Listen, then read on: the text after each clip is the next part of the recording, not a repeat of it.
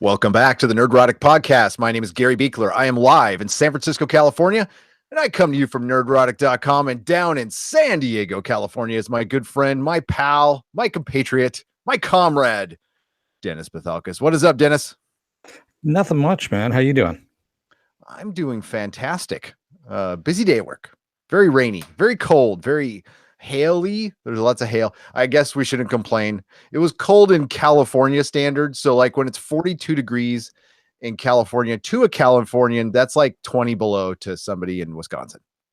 Yeah, you know, it was a miserable 70 degrees down here. And I almost had to put my air conditioning on in the car. See, that's where I grew up, man. I don't know why I moved up here. Oh, I do. A girl. At least I stuck with her. It was supposed to rain cats and dogs down here, but it hasn't happened yet, which is good. It's on its way. But we're not here to talk about the weather. Although that's how we used to start out like all of our old podcasts. It's so funny. We needed like a Doppler radar behind us. I know. We talk about our hips hurting and stuff. You know, the nerdy old men that we are. Hi, everybody. It's Friday night. This is our Friday night live stream where we talk about anything and everything. We set out some topics on the table, but quite frankly, we don't have a ton tonight. So if you guys want to talk about something, please chime in. We will answer your questions or bring up something you want to talk about or give our unsolicited opinions on many things, and very biased opinions, and very judgmental ones too. I know. So yeah, because we're hipster douchebags. Yeah, exactly. I burnt my toast, Dennis. You burned your avocado toast? I burned my avocado toast. Did you get avocado hand too while you were doing it? I did. I didn't get blue waffle. Ooh, sorry. That's my favorite comment. It really was. In a good way. I'm not saying that sarcastically or ironically or anything like that. I was just saying it made me laugh when I saw it. Edward Brewer is in Tampa. You're in Tampa, Edward? And I've seen Edward in other chats, by the way. He's good. You are good, Davis sir. 404 is in Chicago. And of course, Viking Bitch is in Minnesota. So Minnesota. Yeah. Don't you know? Is that your friend in the wood chipper? Sorry, that was terrible.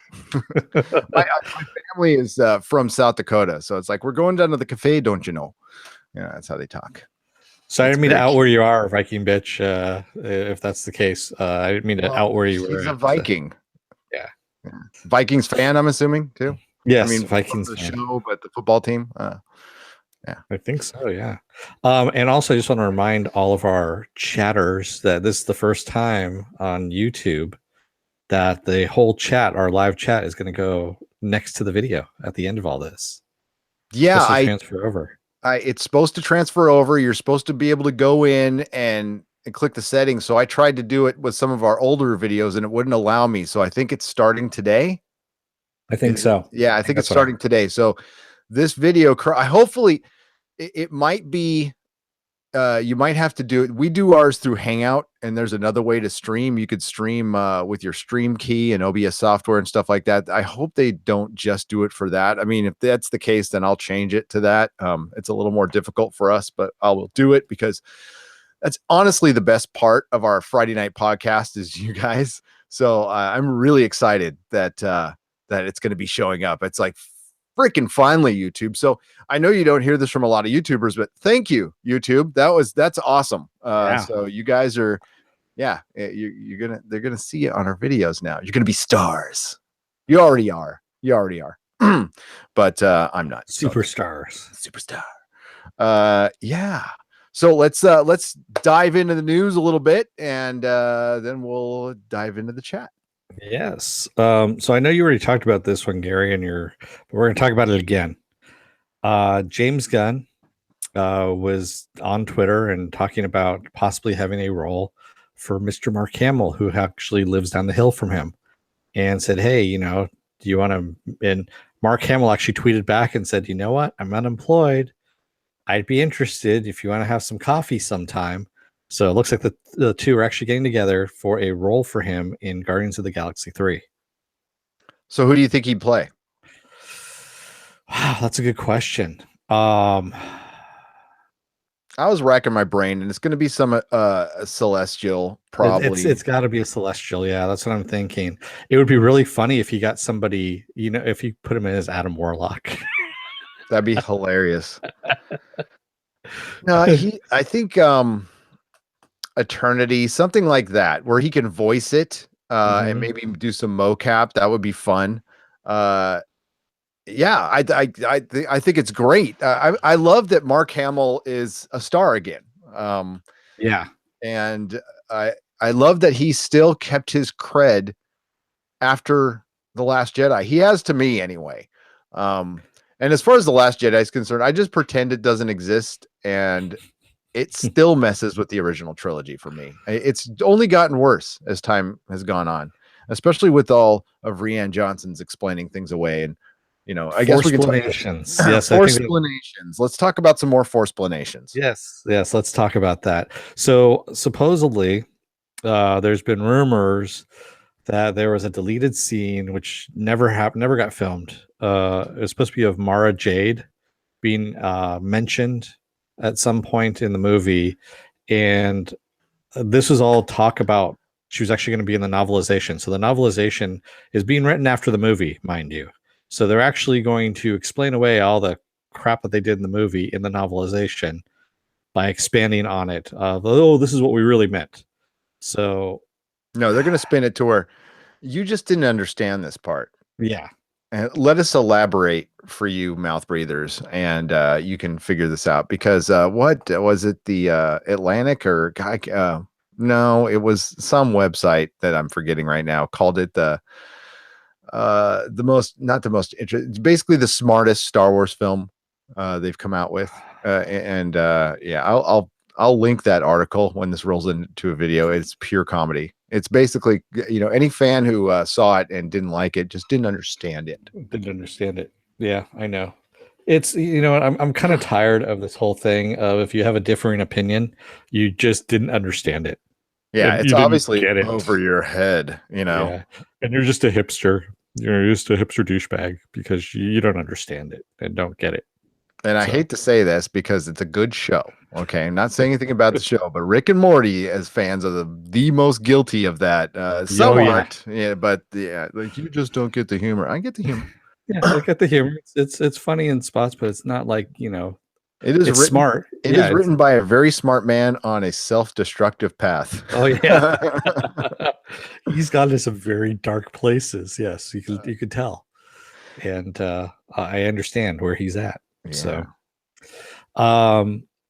So moving on here, we have Orphan Black's co-creator Graham Mason.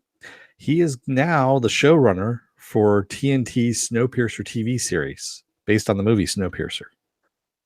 So at first I was thinking, man, this show's going to be expensive. And then I went, wait a minute. So you just CG a train going through snow, and you can loop the same stuff, flip it back and forth. And then you would just shoot it in like a soundstage. Not even a sound stage, like those little cargo containers. You can shoot it in those. True. It would actually be pretty cheap. It would be like Agents of S.H.I.E.L.D. this season, kind of. So I don't know, but without Chris Evans, I mean, and like, like the whole twist from the show, I think the movie was, a lot of people enjoyed it because of the twist at the end. I do you think this is a world you want to visit? I mean, it's a grim world. It's a very grim world, and honestly, is it going to be the boy and the girl at the end, or and the polar bear? I don't know. Yeah, that's the whole thing. It's I don't see how you can do a whole series on this, to tell you the truth. But we said that about Happy. We did. Yeah. And well, TNT, it's on TNT, and we all know kind of how that went too with the Alienists. We were really looking forward to the Alienists. And wow, the first episode was okay. The second episode just lost us completely. And the third episode was just snoozeville for me. Yeah, that show, they really wanted to put great performances. And I love Luke Evans. I wish that guy would get some good scripts. Maybe he's just bad at picking them or something. I think he's a good actor, and but yeah, that was, it was trying too hard. And if you're doing like a drama piece that's supposed to like get these great performances out of actors, you just weren't getting them out of all your actors. Some of them were good, but I caught half of a conversation that said, I hate Norwegian football, not enough swords. That was funny. Hey, Gary, close down a couple programs if you can. I don't know if I can. That might be my me looking at the chat. Is it all janky again? It just kind of slowed down there for a minute like that. So, is it back to normal? Yeah, it's back to normal. So, all right, let me try that. How's that? That is good. Okay, good. Let's go. Good. Stan Lee revealed he actually shot a video, and it was released on TMZ that he's been fighting pneumonia, which is pretty bad. And you froze or I froze. There we go. Yeah, hang on. Keep talking. All right. So Stan Lee revealed that he was battling pneumonia, and he is 94 years old. Not a great thing, and hopefully he gets better soon, because for someone that age to get pneumonia, it's not a great thing. So and while Gary is actually showing us his underwear as he's, did you like that? Hey baby, that was good. It was a flash for everybody. Good. Nice. That's live. Here, let's try this. Okay, that's gonna be better now.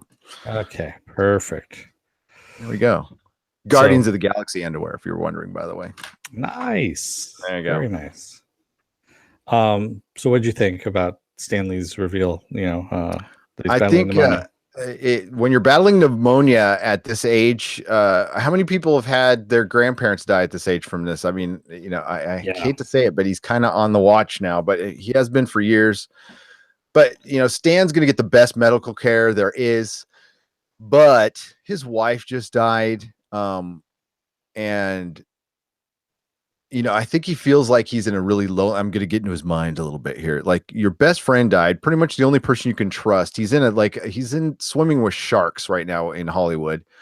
He gets falsely accused by the nurses. Okay. Cause we've never heard anything other from anybody else. In 91 years, we have not heard a single thing about this. I mean, I would have heard rumors that, oh man, Stan Lee likes to, I've heard crazy stuff about Jack Kirby. Okay. I've heard a lot of things that I don't talk about on this podcast because they were told to me in confidence. I would have heard a rumor if he was, an ass grabber or something like that. So I think he's really depressed because his wife died. He's mourning her. He's been taken advantage of, and this is good. This goes way back. He's gone through a lot of handlers, and he's been embezzled from so many times I can't even count. Because he's like a nice, trusting guy. And again, he's in the den of thieves. That's Hollywood. So I don't know if I don't know if he can give. I hope he comes through, but you got to have a strong state of mind, and maybe being with somebody that long. How many times have we seen it when the wife dies or the husband dies, the partner's not too far behind, and maybe it's better that way. I mean, he's got kids, so there's that, but I hope he gets better. I love Stan. I've met him multiple times, and I've told the story before, so I won't repeat it, where I heard him drop an F-bomb. And he's a super nice guy. He was very nice to my son. So we're all pulling for him. Yes. Yes, we are. So Bruce Campbell had a little interview, and he reiterated this on Fox News as well, which was kind of weird of a place for him to be doing this. He said that if season 4 doesn't happen at Starz, that they could roll this over into an Evil Dead 4 movie. And actually, he expanded a little bit more on the Fox News interview, saying that what they could be doing is having an Evil Dead 2 with the remake that was done, and then have an Army of Darkness, number 4, if you will, or Evil Dead 4, and then have that movie actually cross the remake world over and basically tie those two together. So that remake would be in there too. Yes. Oh, that would make that one commenter happy from our Ash versus Evil Dead cancel video, who just would not let go of the fact that what did we just kind of glossed over that the remake was an okay movie. It wasn't anything great. And it was like their mom worked on it. They got really fired up about that. So I'm glad it'll make them happy.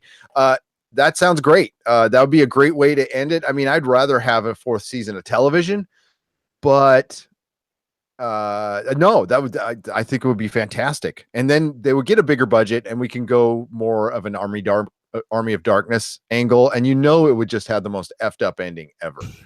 So and Sam Raimi directing it. I'm all in. That sounds great. That's a good compromise right there. Love it. I love it too. I mean, anything that has more Evil Dead, man, I'm up for it. So probably, I don't know if anyone saw this, but I posted a little picture. So in Deadpool 2 in the trailer, they had a little scene where Deadpool is coming off the back of what looks like a transport carrier or an airplane, and Terry Crews is standing next to him. And so it's a still. And in the background, someone found what looks to be, and it's circled. Actually, they circled it and put a little arrow towards it. Looks like Shatterstar. Shatterstar being this old Marvel character from the 90s that Rob Liefeld created, sitting in the background. And it's such a Liefeld like crazy hair and little pockets on there, on like little armbands, and just like the craziest costume. And if they did the 90s costume, I couldn't really tell, but that would be great. I would love it. I mean, full on 90s X-Men. It looks like that's what they're doing. So it could be that they're doing this, and I would love to see that. If they digitize clown feet on everybody, because that's the way Liefeld draws, just for a scene. Oh my God, I'd die. That'd be so great. Yeah, this movie's gonna be fun. I can't wait. Yeah, I can't wait. So we also have news that it's just kind of released yesterday about WonderCon. It's actually kind of WonderCon news. So the animated Constantine is going to be at WonderCon. They're actually going to show the first 2 episodes there. And this is on the CWC that they're actually doing this. And on the same day, they're actually going to release the entire series on the CWC. This is going to be on March 24th. So we get the entire, and it's voiced by Matt Ryan, by the way. So is WonderCon sold out? I might go. If it's not WonderCon, sold out, I might go. I might head down there. What the hell? It sucks now that it's down in Anaheim, but we got the San Francisco Comic-Con now, which is bad. But WonderCon used to be this great con that was put on. That was it's put on by the people who put on San Diego, and for about 4 years they did it in Moscone Center, which is this giant convention center that's like split into 4 in downtown San Francisco, and it was rivaling Comic-Con. Like, it would have been, if they'd have kept it there, it would have been as big as San Diego Comic-Con. It was selling out like way in advance, and they were turning people away at the door. So it was kind of like a club that was too full. Like, they would have this big line and a couple people leave. They had some bouncer let too much. It was nuts. And then they moved it to Anaheim thinking it would be this big, great thing. And it's been stagnant down there, and it's in a crappy old convention center, and you're competing with Disneyland. Well, Disneyland got smart too. I love that whole thing. They're like, hey, if you have a WonderCon badge, come on over and we'll give you half off the price of admission to Disneyland. Undercuts WonderCon. I know. It's so bad, man. And I mean, they do it every year. It's the funniest thing. I'm surprised that the Anaheim Convention Center still exists next to Disneyland. It's a crazy, it's cool. It's an old 60s looking building. But no, I'll go. Yeah, I might go down there. Maybe we'll do some podcast stuff right there. Technically our first video came from that's true. The Flash. Yeah. The Flash one that still has the most views out of any of our videos. Has like 12,000 views because it's my shitty cell phone video of a Flash panel in 2015. Yeah, if you dig, I remember that in our archives, which please don't. Please don't. Yeah. So let's get to some chat, Dennis. Okay, so Johnny didn't like our review of X-Files of Wednesday's episode. Sorry, man. And I'm just gonna say too bad, man. I'm kidding. Yeah, it just didn't float our boat, man. I'm sorry. I know there's a lot of people that loved it. Yeah, as he says, these guys hated it. I loved it. Yeah, man. That's all I can say is opinions differ. And this one seemed like you either really loved it or you really hated it. It was one of the two. I didn't totally hate it. It just was too long. If it was a shorter episode or part of something else, it had cute moments in it. But I think on a whole, I'm kind of disappointed in the fact that they could have done something like serious with the X-Files. They don't take their material serious. The X-Files is about freaking aliens and monsters, and not imaginary monsters. And they don't take the material seriously anymore. It used to be about an organization within the government fighting the deep state. Okay. Yeah. And it's almost like they don't believe that stuff anymore, which is funny because like the deep state is more real now than it ever has been. And I think it's a great time for the X-Files, and they could have done a lot of fun stuff, and they went lazy with it. It's still been way more entertaining than season 10, and it's kind of a farewell tour. So when you look at it like that, I've liked most of the episodes this season. Dennis, I don't think has liked any of them. Matter of fact, I don't know why you cover the show, but no, I did like the second episode, the one that was just really out there. Yeah, he liked the one I didn't like. Yeah, you liked the one you didn't. But thankfully, Melissa will be back for the final two, and bring some levity to that. Yeah, she's going to be jumping on. By the way, this is a good time to plug. My wife is going to be more involved in the Nerdrotic channel. Yeah, once we still got 1,000 subscribers, all of a sudden she started paying attention. No, I'm just kidding. I see how that is. Yeah, see how that is. Oh, hey, Viking bitch! Thank you so much. $2. I know that's funny. That's what $2 back.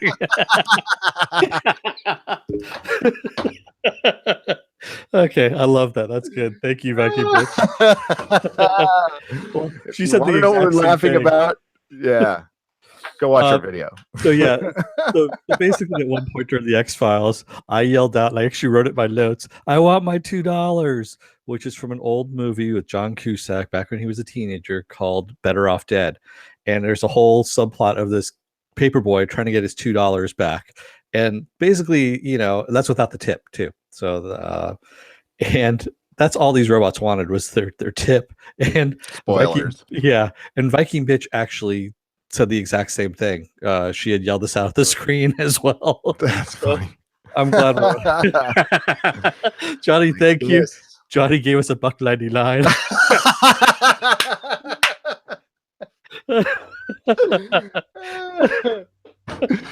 You guys are cracking me up tonight. Thank you very much, Johnny. Thank you, Johnny.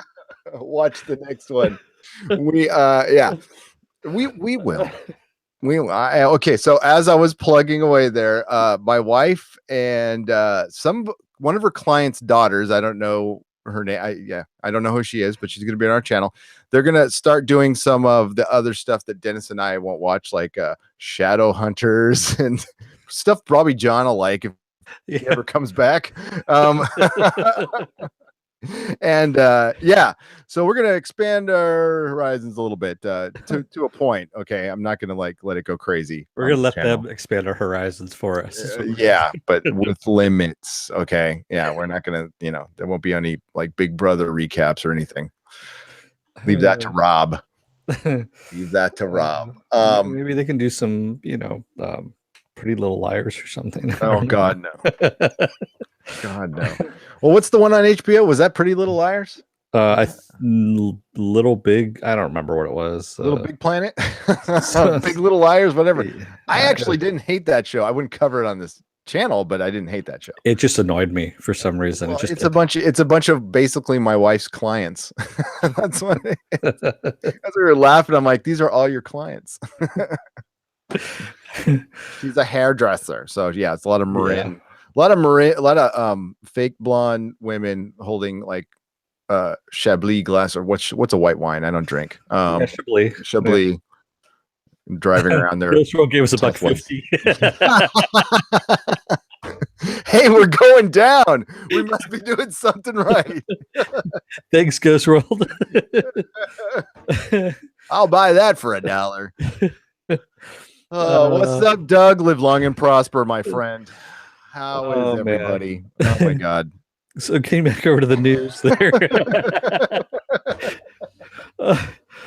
Big Little Lies. Thank you, Johnny. That's what it was. Big Little Lies. Thank you. It's Johnny's favorite show. We know.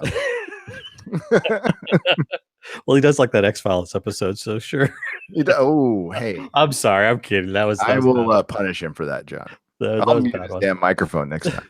He'll find me. He knows where I live. So Kristen, yeah, you're down there. Yeah, I know. Kristen Wiig is in talks to play Cheetah. Sorry, I'm starting to laugh because I can't believe it. She's in talks to play Cheetah in the Wonder Woman 2 movie. They couldn't get Melissa McCarthy. Oh, she's already in another DC property. Oh, didn't they? They wanted to get I forgot her name now. Sarah Paulson, who the only thing I've ever seen her in was in Serenity. She was the hologram one who exposed the Reavers. Oh yeah. Okay, she was actually in Stargate.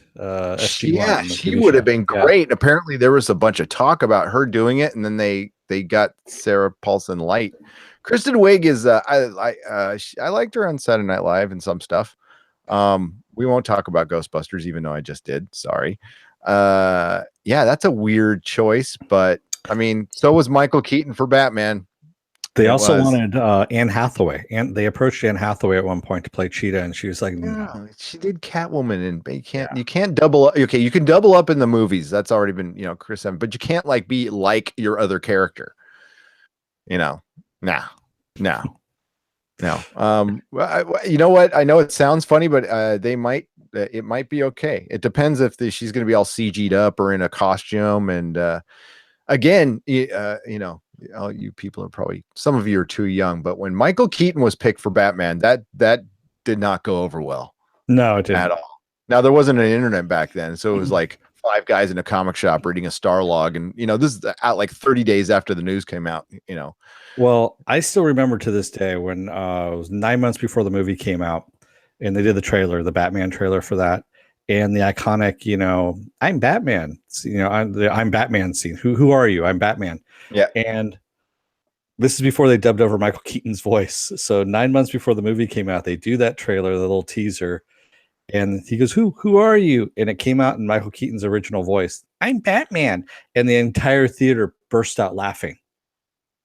I think I remember that. Yeah. See, that's how the whole Batman quote unquote voice got created, because he never had it in the comics. He never had like he never changed his voice. It was his voice.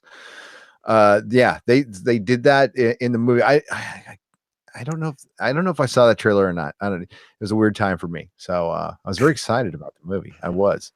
But I remember hearing the news about it over my telegraph, and I was like, Michael, Jack Nicholson being Joker. I remember the first picture. The Inquirer got the first picture. You remember that? Oh yeah, I remember that. It was like the best-selling issue at the time. And we were so excited because everybody wanted Jack Nicholson to be the Joker. I mean, in hindsight, it was just Jack Joker, but it was very good. Very good. I love that movie. I like the second one more. I love Batman Returns. Love Batman Returns. Ghost World said, laugh out loud. Keaton's outrage blew up all over the Stone tablet blogs. It did. We were chiseling away. Furiously. There's smoke signals and everything.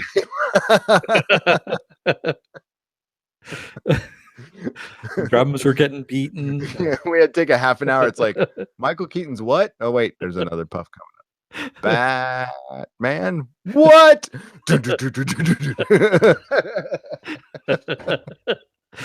Oh man, the 80s, they were fun. Yeah. Landlines.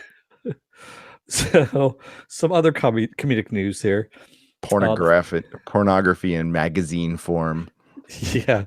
Oh yeah, that's right. I remember that. Yeah.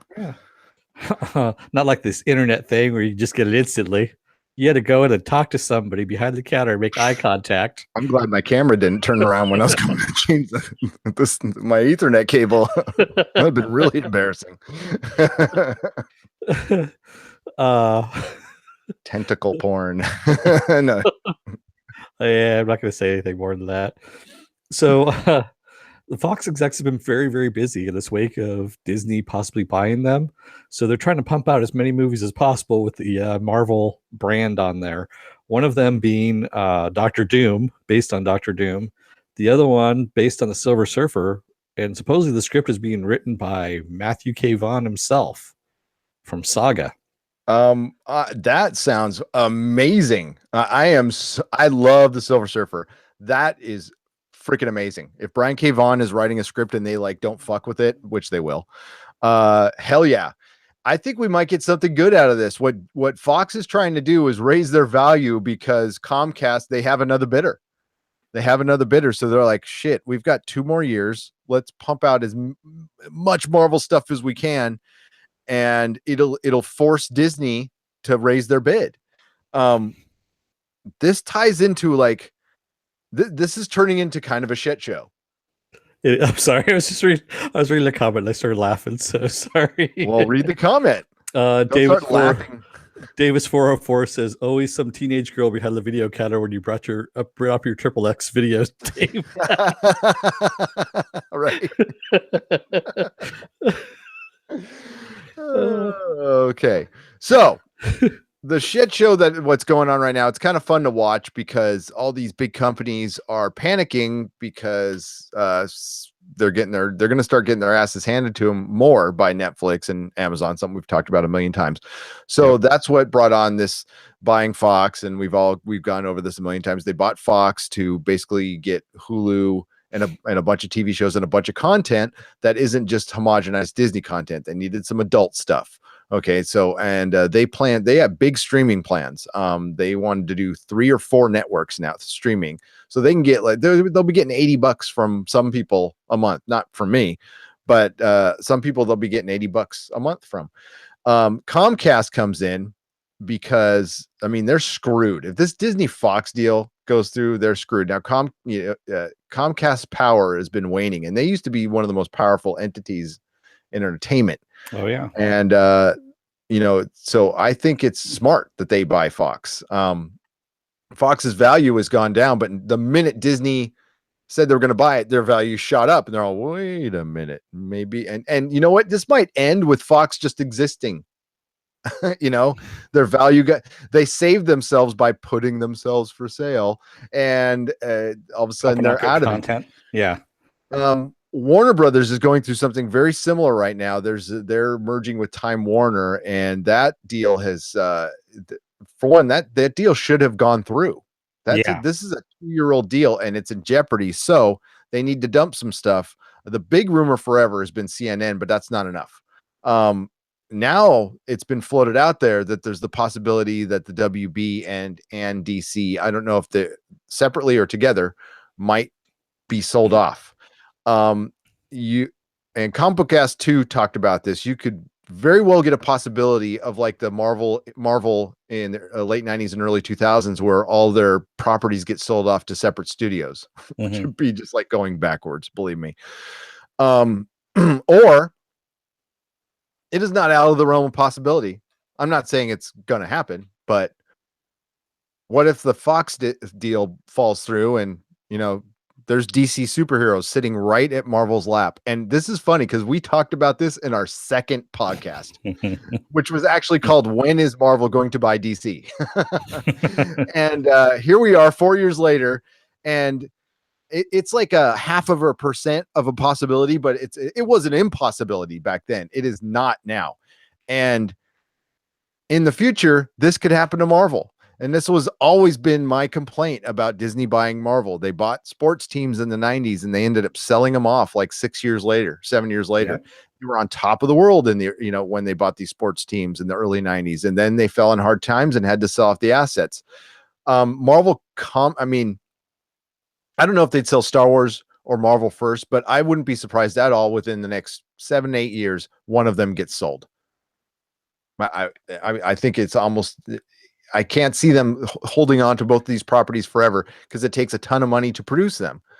I can see that happening. Yeah, I could definitely see something like that happening. Hard times. Yeah.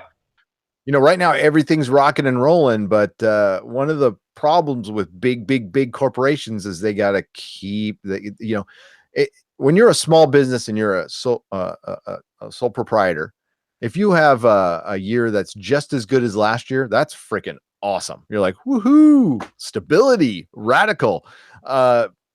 When you're a big corporation, that's horrible. It's horrible. It's horrible for stock. So, yeah, so they need to keep doing better. And after this year with Last Jedi and Black Panther and Infinity War, that means they have to meet those numbers next year. And Solo. And so, yeah, well, yeah, and Solo. But I know. that's the, and so now that's why they Marvel just announced their new schedule. They have a placeholder for these new six movies. Yeah. Six movies in the next 18 months. Yeah. And that means 4 Marvel movies in a year, and that's including that's not including Spider-Man. That's not including a Spider-Man movie. Yeah. That's a lot of money to put out. Actually, it's not 18 months. It's out until 2022. So it's over the next couple of years. In 2020, I believe they're going to have 4 of their own movies and possibly 6 MCU related movies. Now, not all 6 of them are going to be theirs. One or 2 might be Sony's, but that's a possibility where we're going to get 6 MCU movies in 1 year. Yeah. That's insane. That might be a little too much. I don't know. So, enjoy the ride while it lasts, but it's crazy to watch all this stuff happen so fast. And these big company mergers don't happen fast, and too many things. And then they can work everything out, and the government says, no. Johnny actually corrects us. It was AT&T that was buying Time Warner. So, yes, it's AT&T and Time Warner. Did I say Time Warner? Yeah, it's AT&T merging. It's merging with Time Warner. That's what I meant saying. Time Warner is WB and DC and a bunch of other things. But they're talking about possibly selling off those assets. It's not for sure, but I would float it out there, and that's really interesting. Considering they haven't been able to do much with them, they couldn't get more money for them than they could right now. Like right now is a great time to sell them. And a Universal has enough money right now to come in and say, we'll take them. Well, NBC Universal is owned by Comcast. So there you go. Yeah. Like I said. Yeah. And the funny thing is, there's also the rumor out there that Marvel is working with NBC, with Universal, which is Comcast, to possibly develop a Namor movie and to do maybe more Hulk movies, because I thought this was the case. She-Hulk is wrapped up into the Hulk rights. So that's why you don't see She-Hulk. She is part of the Hulk universe. Now you can see her in a team movie like Avengers and stuff like that, like they do the Hulk, but they can't do a She-Hulk movie, which sucks because I think that's one of their better female characters, in my opinion. I love the She-Hulk. Oh yeah, definitely. So Apple Crow had said, where were we here? I'm totally expecting them to sell Star Wars sooner than later. I don't think so, because they've got so much money wrapped into their theme parks right now, both Disneyland and Disney World. So I really don't think they're going to sell Star Wars off anytime soon. What if they did something? I mean, this is just this is more fan hope than anything, and I don't know if this is a good idea. But what if they brought George back in the fold and said, "Okay, we'll give you a certain percentage back, so we'll distribute everything exclusively, so we can keep the theme parks and everything, but creatively, we're gonna let you take back over." Would that make people happy? I don't know. I think the damage is done, to be honest. Yeah, I think the damage is done, and honestly, there's too many. They're basically portioning out the stories to too many people right now, and they need to have. Well, first they need to get rid of Kathleen Kennedy. I'm sorry, they just really do. They need to get rid of her, and they need to bring in somebody else that just has a better creative vision. I know Dave Filoni only wants to do animated stuff. They had floated something past him about doing live action. He said, "Yeah, I might want to do live action later on down the line, but right now I want to stay with the animated stuff." Yeah. So he really likes that, and I don't blame him, because there's just a lot more opportunity to do stuff with the animated stuff than there is with the live action. What Ghost World is right, by the way. I mean, we are getting way ahead of ourselves. Okay, so it's literally making them more money than any other product, he says, and that's true. John John heard this from a very good source at Disney that Star Wars are much cheaper to make than the MCU movies. So, I mean, we're getting ahead of ourselves. But what I'm doing is I'm reading the tea leaves, Ghost World, and it's in 2 years, the Star Wars thing will be kind of done. It'll be kind of done. And I've seen it before, and so have you. It's Star Wars was dead in the late 80s. It was done. It was done. It was played out. And I think that's going to happen again. Dead forever? Of course not. No, it always comes back again. It's cyclical. But it was really a bad move to do the theme park over Marvel, I think. That was a bad move. And Johnny says, what damage what damage there is been any damage? All the films have done tremendously well. They've done well, but the thing is, you're losing a lot of. You're not getting any of the merchandise. None of the merchandise is selling. It's just sitting on shelves. And if you got to remember, Star Wars isn't just about the movies making money. It's about selling merchandise too. Yeah, and the merchandise isn't moving. And up until Spider-Man Homecoming, what was the highest grossing Spider-Man movie? That would be Spider-Man 2. Nope. Spider-Man 3. Really? Spider-Man 3 was the highest grossing worldwide Spider-Man film. And that destroyed the brand. And Raimi was gone. Tobey Maguire's gone. And remember, they had deals. They both had deals to do a Spider-Man 4. It got developed. Bruce Campbell was going to be Mysterio. We've seen the art about that. I'm kind of sorry we didn't get to see it. So, I mean, movies do well and consequences happen later. Loyalists like me will go see Spider-Man and then give it another shot, because I love Spider-Man, and just go, damn, Star Wars Last Jedi didn't get repeat viewing. It's getting diminishing returns now. All sequels do. Okay, so I understand that. And this one also did not have Harrison Ford, but the next one's not going to really have Mark Hamill in it. If it is, it's a Force ghost. But nobody, I just don't think there's any attachment to these new characters, and nothing near the original trilogy characters. Not even, I mean, it's not even close. And I think Star Wars was always just about the characters, about Luke and Han Solo. I know they've built this great world in the games, and they should pursue that. Just the stuff I didn't play any of the video games, but just the trailers I see and stuff, that stuff looks rad. I mean, I would see a movie of that all day long. And they just, I don't know. I have no answer. It's Kathleen Kennedy, and they didn't have a plan. Thinking they could just wing Star Wars. That's that episode 7 thing. That was just, trying to do that without a script. And actually, someone just mentioned that up here, that given that J.J. Abrams has a script for episode, there we go. Apple Crow says, I mean, J.J. says he already has the script for number 9. How long did they work on it? Maybe about 5 or 6 hours. It must have been. And to come out and say, hey, I'm really happy I have a script to work with when you're on your third movie. And he said this time. And it's,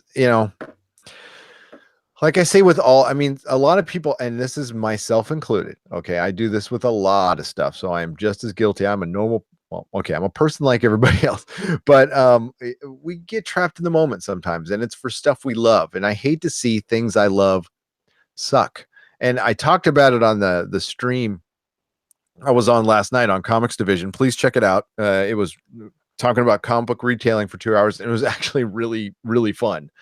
And I was with the Feisty Fan, and we went all anonymous. They don't have their real names or put their faces up, so I didn't put mine up. I wanted to be like them. But we did talk about Red Letter Media did a 3-part review on Star Trek Discovery, and they summed it up with one of the guys looking right at the other co-host and going, how does it feel that all of the things you love, or you've gotten old enough to see all the franchises you love destroyed? And he's all, it feels pretty bad. And that's kind of, we get to live long enough to see the shit we like destroyed or changed, and we're the old man. Yeah, I get that. I'm guilty as charged. but I thought it was funny. It was funny, and especially with Star Trek Discovery. I was thinking this, like, I like Star Trek Discovery more than I like The Last Jedi. For sure. So people are actually talking about the merchandise stuff as well, and they're saying the merchandise stuff, none of the stuff is selling in stores. No toys are being really moving in stores, and that kids are basically looking at apps, and that collectors are the only ones that buy these toys. Kids tend to play with the apps, as Davis 404 said. That is true. World-class bullshitters. They have about 20,000 subscribers. When I started listening to them, they had 1,000. They've kind of blown up. And one of the reasons they blown up is they did a video on Star Wars toys. Now their whole channel, it's more than just like bashing Star Wars, but that's kind of like their focus, and that's where they've gotten a lot of their attention. But he did, the guy who runs it, Jeff Hicks, I think his name, did a couple of videos just walking around, going to different toy stores and showing the Star Wars toy aisles and just how they're just filled and everything's on clearance. And I think what has a lot to do with that is just the quality of toys. There's no craftsmanship in them now. I mean, they're just so generic and boring and plain, and they used to be the best toys ever. Well, you know why? It's because they used to have children making them before. Now they've got those laws and crap, So I know. The good old days. No, they actually, if you watch the documentary on Netflix, they actually had, it was like a bunch of guys and a couple of gals in a building in Ohio for Kenner. And it's a really cool documentary. Check it out. That's the front for it, honestly. It was all those little kids that they had working in the background. I don't think they've stopped that, to be honest with you. No, they haven't. Johnny Papa says Star Wars is capturing a young generation. All of us. I want my $1.50 back. Let me see if there's a return button here. Hang on. I'm looking for it. Nope, keep talking. I want my $1.50 back. I got it right here, Ghost World. We're basically having a revolt in the chat. Sorry, man. They're saying no revolts. They were old and we don't see things the same. No. Ghost World said it. Johnny Pop is exactly. My mother is a school teacher for young kids, and they absolutely are enchanted by Star Wars. We got to stop blaming Star Wars and the writers. Nope, sorry, not going to happen. Some kids are. I don't see a ton. None of my son's friends are into it, but I mean, I went to the theater. There was tons of kids in there. Hopefully, a new generation. Listen, there's a whole generation growing up that kind of likes the prequels, so bless them. That's great. But even the people who like the prequels say, well, it's got a soft spot in my heart because I saw it when I was a kid, but it's not good. I understand that. I totally get that. So no, that's cool. I want Star Wars to be good. I want it to be good. But I'd be lying if I said I thought it was good. Caesar Maze says maybe if Woolworth department store was still open, they would sell good Star Wars merchandise. Dude, they had some good exclusives. Okay, it's more of that smoke signal shit. Ghost World says, where is it posted? Are you talking about the comics division stream or the comics division stream? I will. I'll put the link in a description on this one. If you could just search comics division, he spells it like Joy Division, but comics spelled with an X. And the world-class bullshitter videos, I'll also put the link to that in the description when this rolls over. It's like a 10-minute video, and it's just pointing out the crappy Star Wars toys. It's really nothing about the movie content. It's just the crappy toys. Some of the newer stuff, like the Black Series, that's cool. That's good. And I like the Hot Toys stuff. That's amazing. But yeah. Ghost World says, laugh out loud. Yeah, guys, we can't have this mentality of, oh God, it's different. It's changed. I can't handle it. No, and that's not what the change doesn't bother me at all. No, I love Star Wars Rebels, man. Star Wars Rebels is awesome. I know Gary isn't really into it as much as I am, but and that's different, completely different. But that to me it has more of a Star Wars feel in these new movies too. And it's not that I don't like change. I actually want to see something other than the Skywalker. Honestly, I want to move away from the damn Skywalker family. Yeah, we didn't see change. I I liked Rogue One. I did. I liked Rogue One. I know some people. I've only seen it twice, but I liked it. I thought It it was was a good 2/3 of a movie. I thought it was fine. I'm like, more of this, please. It wasn't the greatest thing ever, but it definitely was a step in the right direction. And who knows? Solo might be good. Who knows? And Ghost World, yes, I did see the last episode, and I was right about who survived. So that's all I'm going to say. And he was like telling his dog, "I was right. God damn it!" Yeah, she actually was nodding with me too. She totally disagreed with you. She said so and so is going to die. But I missed it because it was 22 minutes long. I'm just kidding. I know Star Wars Rebels is good. It's good. I just, Doug Johnson says, I liked Phantom Menace until I woke up the next morning. Yep. I think guilty as charged. My favorite parody of that was The Simpsons, where they do a Transformers movie. It's a Transformers parody, but it was one of the Transformers breaks into the Senate hearing, and it looks like he's going to kick some butt. It's this gigantic Transformer, and instead he sits down to read the minutes of the meeting. And it's an hour and a half of him reading the minutes to the meeting. There might be that out there, like the actual minutes from the there. I'm sure it is. It exists. It'd probably not be bad. Yeah. I thought it was funny. It made me laugh when I saw it. When we see the minister of the minister of foreign affairs come out for Coruscant, or the minister of agriculture going, I got nowhere to grow anything. It's a city planet. Why is there a minister of agriculture for my urban garden? Shit. Yeah, I know they really need to have some C-SPAN stuff scroll on the bottom when he's talking. On Coruscant today, But if they definitely go somewhere like this next trilogy, whoever does it, if they just do something really, do something fun and weird with it, that's get away from keep the Jedi lore and all that stuff, but find okay. Remember when the Borg came in? Of course, you remember when the Borg came into Star Trek. That was like really different and cool. Bad guy, do something like that.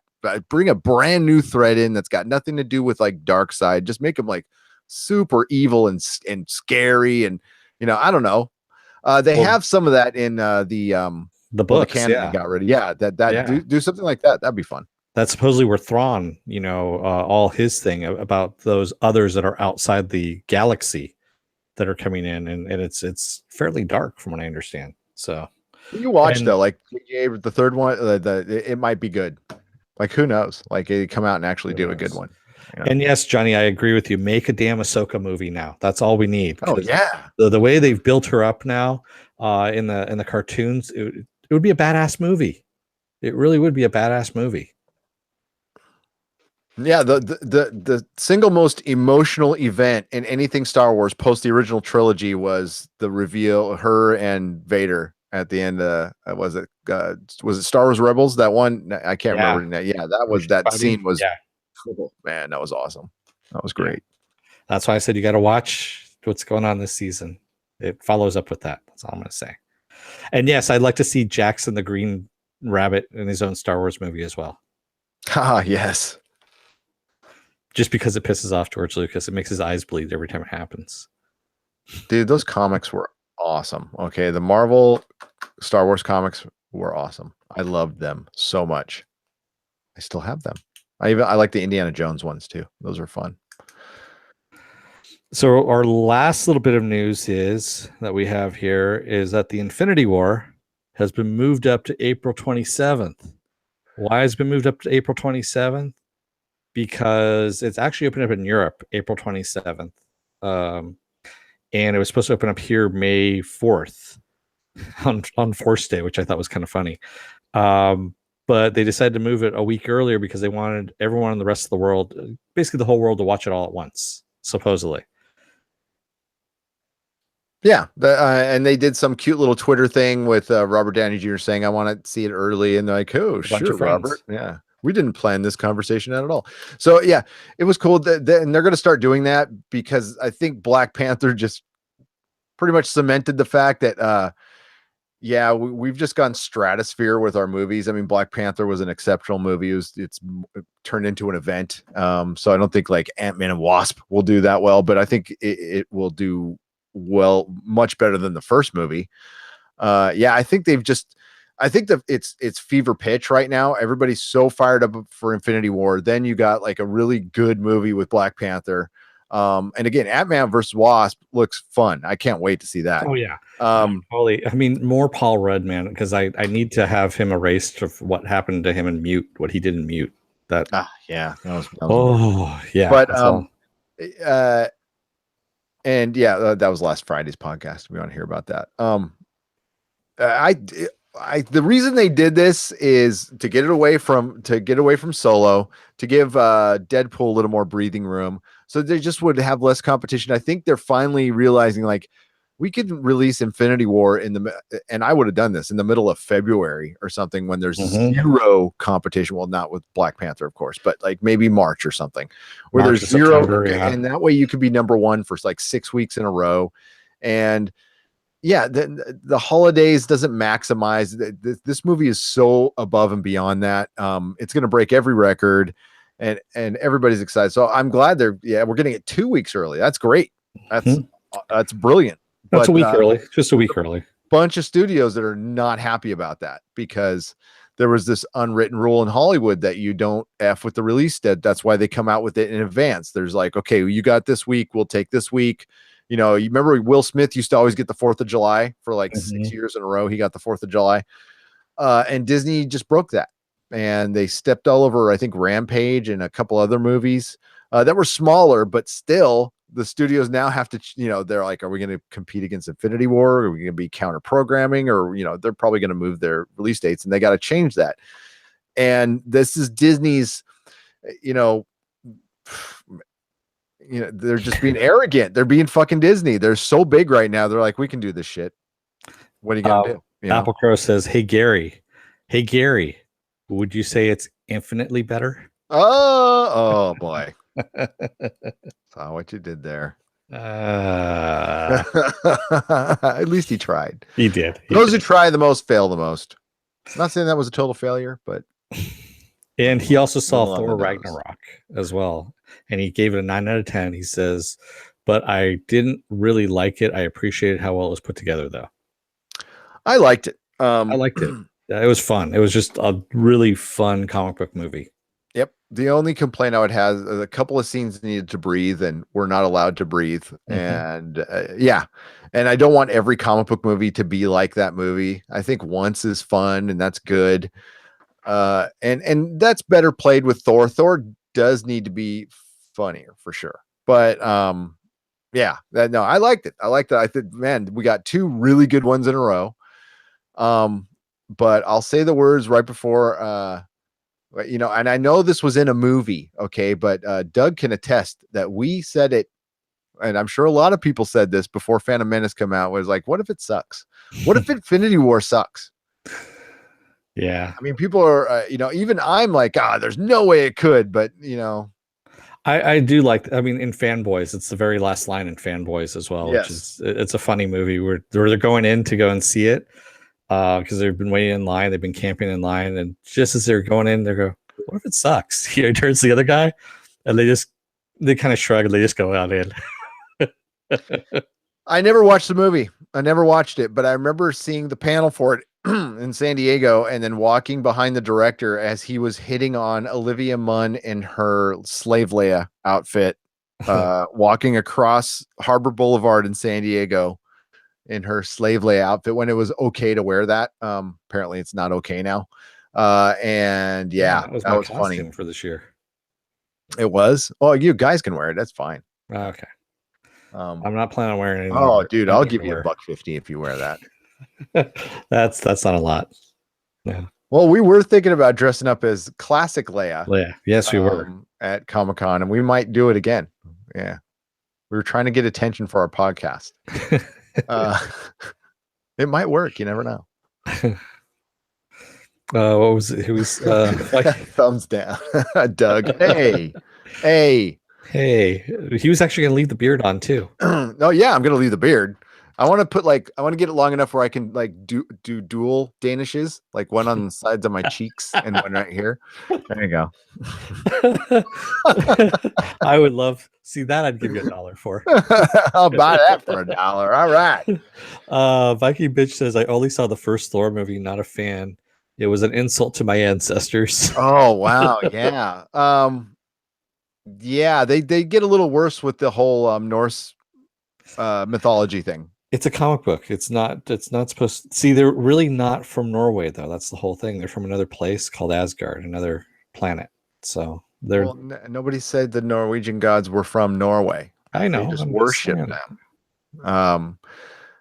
Yeah, I don't want to get started on Rome, but it's you know what I'm saying. I know. Like it's okay for some, but not okay for the others. And it's just like, all right. And Viking bitch says everyone donate to get Dennis and Gary dressed up. Hey, all you have to do is ask. We'll do it. What the hell? Yeah, it'll be fun. And oh no, I'm not gonna say that one. It's the last what Ghost World just wrote down. No, it'll be up. You'll be able to read that one. Yeah, I'm not touching that one. You can say that one. Oh man. Sesame says an episode. Yeah, man, this is tonight is gonna be a good one. Sesame says an episode I really loved in Star Wars Rebels was when Agent Callus got stuck with Zeb or Aurelios, and then they were rescued. They showed how happy they were to have Zeb back, and no one cared about Kahless. I saw that one. Yeah, that was a good one. I saw that one. Yes, I think I've seen them all. I just haven't seen this season, but we did cover it a little bit. Yeah. Yeah, and we definitely need to cover. We'll talk about that. Offline. No, but like when I finish watching it, we'll talk. Maybe I'll finish watching it this weekend, and then our next stream, I'll talk. It's not like I don't like it. Jeez, I know. It's invent the 26-hour day, and we can do it. Rock on. And if I need less sleep, I used to be able to roll pretty well. This is well, okay, when I was on drugs, I can go all night. But when I was and am sober, I used to be able to do 4 hours of sleep and be fine. And now I'm older. It's 6. I got to get 6 at least. I used to be 8 once a week. Dude, I used to be able to sleep like 12 hours easily, and now, no way, man. I can't do more than 5 or 6 myself now. Sleeping is a little death. Yeah. Brian L says Rogue One or Rouge One. No, I'm kidding. I know how you spell what you meant. Rogue One was good. It made me bought a Star Destroyer model with the lighting kit. Was planning to build it for Christmas holiday, but then The Last Jedi was bad enough to stop me from doing it. Still in the box. I'm sorry, man. Well, hopefully Solo is good enough. It makes you start building that again. Yeah. Oh, that's why I haven't done my Lego. Well, it's not Lego, but it's McFarlane version of Lego throne room from Game of Thrones. Season 7. I was starting to build it and actually have it in the background here, and then season 7 happened. I'm like, I don't want to build this anymore. But like, yeah, he's doing like full on model, and I don't want to do Legos. McFarlane Legos, really small Legos. They're annoying as hell. Yeah, Davis 404. I don't think Ghost World's card is transferable. Scroll back up in the comments if you want to see what that card was. That's why I'm just leaving the card where it laid. Ghost World is on fire tonight. He really is. He is. Well played. Well played. Yeah, and Viking bitch as well. And orgasm is a little death too. Wait a minute. I heard that was a myth. Are you saying they're real? I'm just kidding. Wait a minute. We might have a female admitting they're real.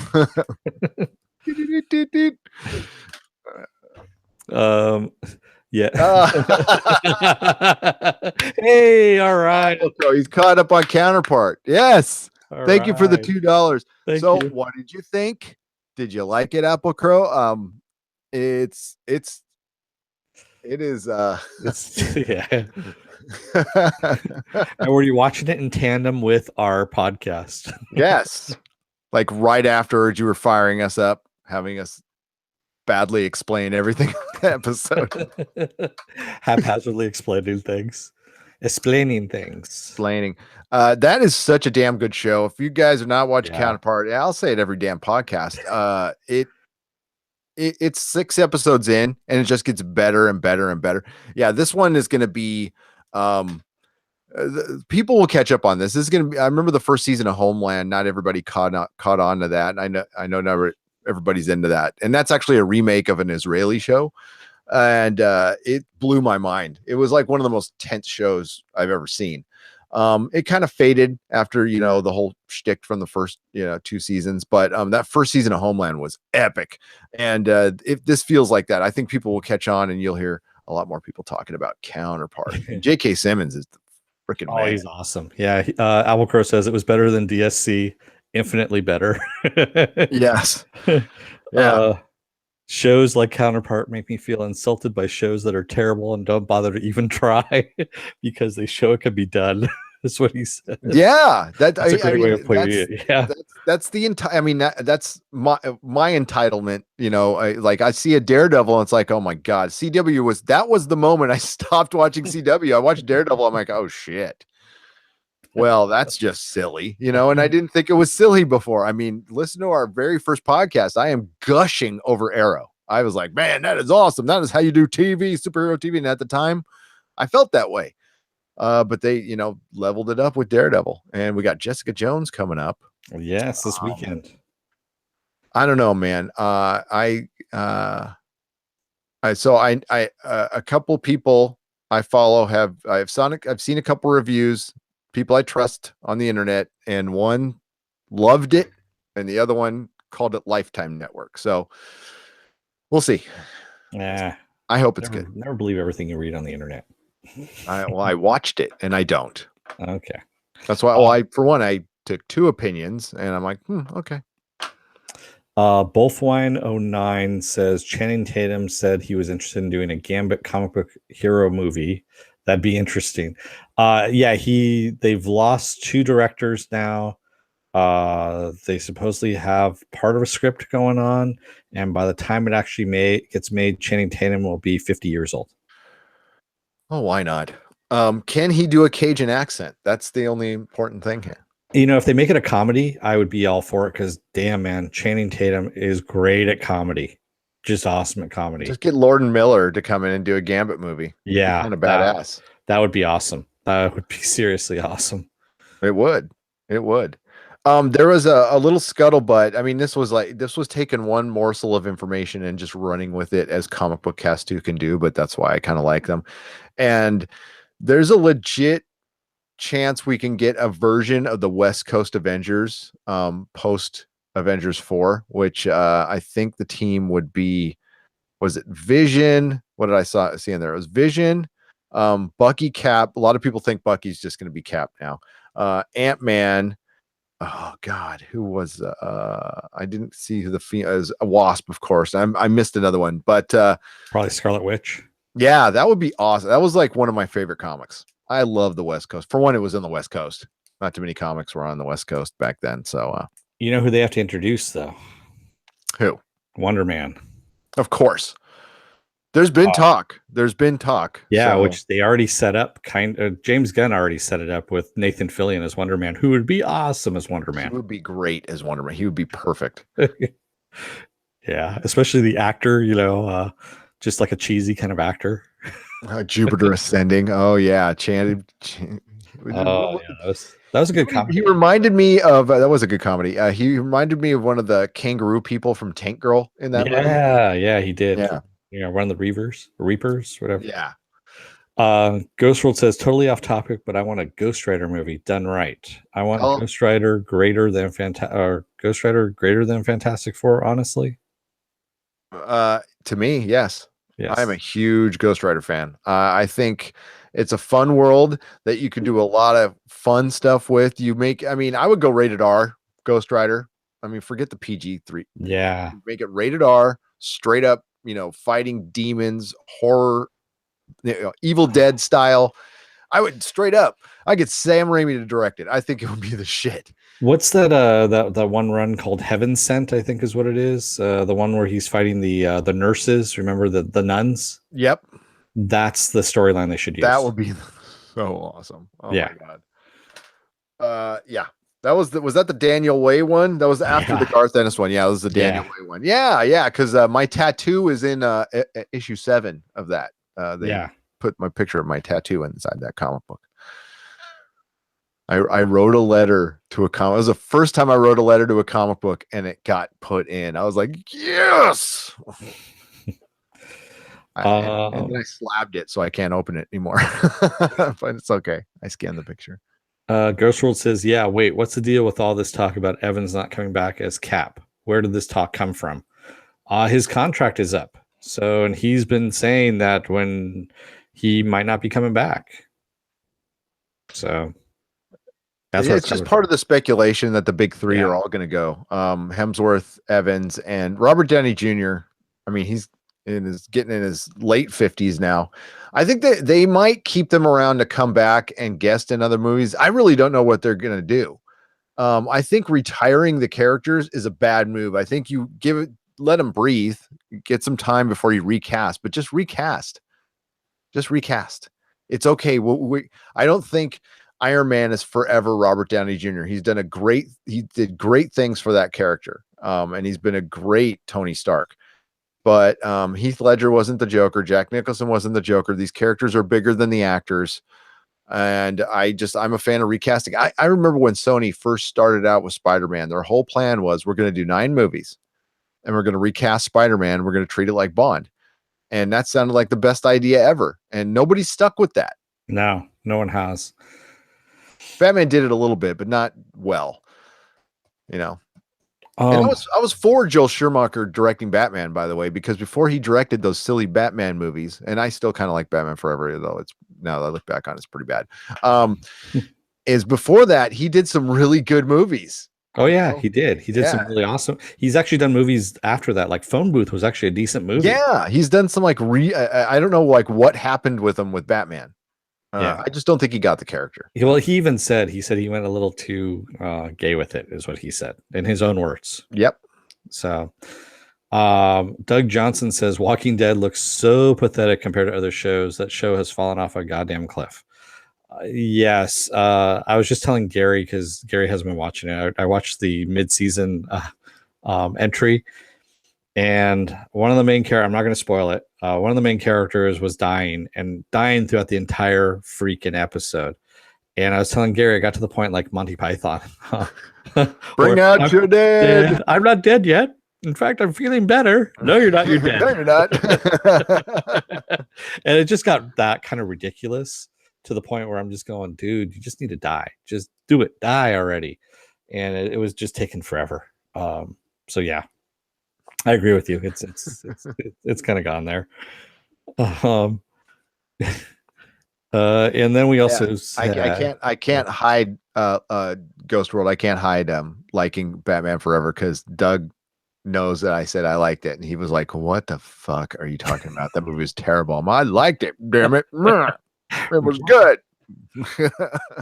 Get off my lawn. Get off my no. It was more like I like Batman. I liked Val Kilmer as Batman, but yeah, I liked him as Batman too. As Bruce Wayne, though, he's horrible. Well, just everything around that movie was bad. It sucks that we didn't get a third Burton and Keaton one. Now that you think about it, it could have been good.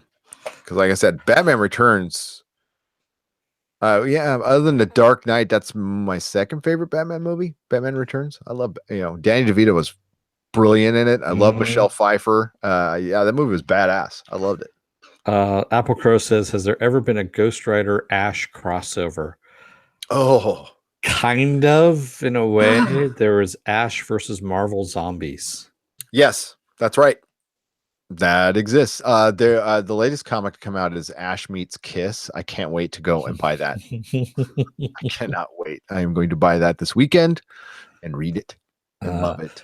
And speaking of which, Davis404 says Marvel 70s horror corner of the MCU. That would be freaking awesome. That's the one thing they haven't touched yet. Like right there, like Blade, Swamp Thing. But set it in the 70s, dude. Oh yeah, Werewolf make by it a Night. period piece. Why not? Yeah, dude, that would be awesome. And just make it total horror, but make it 70s horror. Werewolf by Night. Bring in freaking Dracula. I don't care. Yeah, Tomb of Dracula, all Son of Satan. Bring all those 70s characters in. Son of Satan, hell yeah! And like not the 90s Damien Hellstrom who looks like the lead singer of Pearl Jam or something like that. I mean like straight up with the red hair and the pentagram on his chest and his his pitchfork and his chariot of flaming horses. Hell yeah, do it, Marvel. Yeah, I think that we're gonna eventually get like the supernatural superheroes. I think that's gonna be a thing because that's the one thing they haven't touched yet. And I think DC might beat them to the punch, but I'd be okay with that too. With Justice League Dark, hell yeah, Constantine. It's funny is I brought up, I can't remember, I think I brought it up on this podcast and I brought it up in my Marvel video about they should do a DC Marvel crossover again. I think it'd be really good for the fans and I think it would generate a lot of things. And all of a sudden a rumor came out yesterday that on Twitter they're starting to joke around about it. Like, hey, wouldn't it be fun if Superman was over in this neighborhood? Blah blah blah blah. And I will find that stuff because actually, What Culture reported on it day before yesterday, and then I went and looked, and yeah, it's there. It's definitely there. They're like playing around now. It could be just artists and writers playing around, but I think it'd be really good for the industry to do it, and I think it's possible. It's not impossible. No, not at all. Keep it in the comics. Listen, they did it at a time when we never thought we'd see it again, and they did the amalgam universe. I love that stuff. I know it's crap, but I freaking love it. And the verses, remember when they did verses and they had the cards? Yeah. That was rad. That was so fun. But my favorite's Justice League Justice League and the Avengers. That was actually with the Perez, that crazy Perez cover that pretty much broke him. That is so good. So hopefully they do that. That'd be fun. Sorry, I was just shocked by Apple Crow's posting there. It says I should just inform you all. I think Kiss is overrated. A lot of people have thought that even in their prime. Like my sister used to make fun of me for liking them. She's like, "This Kiss sucks," I like their 70s stuff. Anything post their makeup is trash and kicking Peter Criss out and Ace Frehley out, and Gene Simmons is like a total douchebag. But that was my first concert. Saw them and their Dynasty tour, which was like kind of their disco album. They all had feather boas on, and I was 9 years old and saw them at the San Diego Sports Arena. It was a good show. It was lots of fun. Davis 404, going back to our whole 70s horror, Marvel horror thing, says Dracula, the zombie, Werewolf by Night, Santana. And Carlos Santana, I think that'd be awesome. That'd be freaking awesome, man. Satana, yes, Satana is rad. I love all those are that's my favorite part of the Marvel universe. And we never see it. That's probably why it's the one they've fucked with the least. So it's still kind of pure. The Midnight Suns, in the 90s, they get Brother Voodoo in there, and Okay, how many of you out there remember the Scarecrow? Marvel's Scarecrow. Scarecrow, man, I don't even remember that. He came from a painting.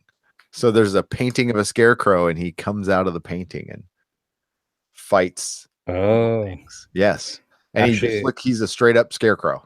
There's nothing special about him. He looks like the Scarecrow from Wizard of Oz. Brian Smart says Dial H for Hero TV show. What do you guys think? Is that the one that's on Freeform, Brian? I think I remember hearing something about that. I don't know. Wasn't that out before? Yeah, I think they were trying to do that, and then it died, and then I don't know. I didn't hear anything. No, one came out. I thought there was a Dial H for Hero show that came out like 8 years ago. Oh, wait, there was like a pilot for one, but Like I a don't think it. pilot or something. Oh man, hang Yeah, on. and it never really came out. It just kind of died on the vine, unfortunately, if I remember correctly. Isn't No. it bad? Like we all used to remember like everything superhero that was a TV show or a movie, we'd all like know off the top of our head. Now there's so much stuff that we're forgetting things. That's Yeah. almost kind of a good problem, to be honest with And Dial H for Hero, the 90s run, when they rebooted that thing was awesome. They did a great job on that one. And I actually know they rebooted it again in the early aughts when you had the store. When I remember I had that in my pull list, as a matter of fact, when they redid that one. I think I might be mixing it up with another TV show because I got this like 90s TV actor in my head, and yeah, it's not it must have been it was on a network. Oh, what was it? It wasn't Dial H for Hero, and I'll figure it out what it was. But it was something like that. Um, people are talking about their first concerts now because you were talking about your Oh, first concert. that's a good. What was your first concert, Dennis? My first concert was Aerosmith actually. Aerosmith, when? Uh, I would say mid 80s, somewhere around 80s. So there. yeah. So Just when like they're doing their comeback. okay, so it was a permanent vacation tour. So I was Yeah, 87. late seven. Yeah, Some of those were um, Guns N' Roses opened up for them. I saw that. I saw them in the Hollywood Bowl. Guns N' Roses opening for Aerosmith. That was fun. one of my favorite concerts was Body Count. Remember Body Count? Oh yeah. Saw them at Lollapalooza 1. Yeah, that was at is either the Omni or the Stone in San Francisco. They're both closed now. They were both like across the street from each other, and they had 5 bands that were playing. One of those bands was Reverend Horton Heat. Oh hell yeah. Yeah. This is when Cop Killer had come out, and there was all the controversy surrounding it. Yep. So we had SWAT teams out there because this was the first like concert that it was happening just after all the controversy was coming out. And so there was cop cars everywhere, SWAT teams, all kinds of stuff, like guns everywhere from the cops. And when Ice-T came out and he explained really what his song was about, not about cops that doing their jobs, but the cops that harass people and all that kind of stuff. And he goes, not like the guys outside doing their jobs. And by the end of it, there was only 3 cops left outside, and everyone was thanking them. It was kind of cool. That's cool. We didn't see any cops at ours, but it was Lollapalooza 1. They figured it was just a bunch of drugged out 90s kids. They won't be any trouble.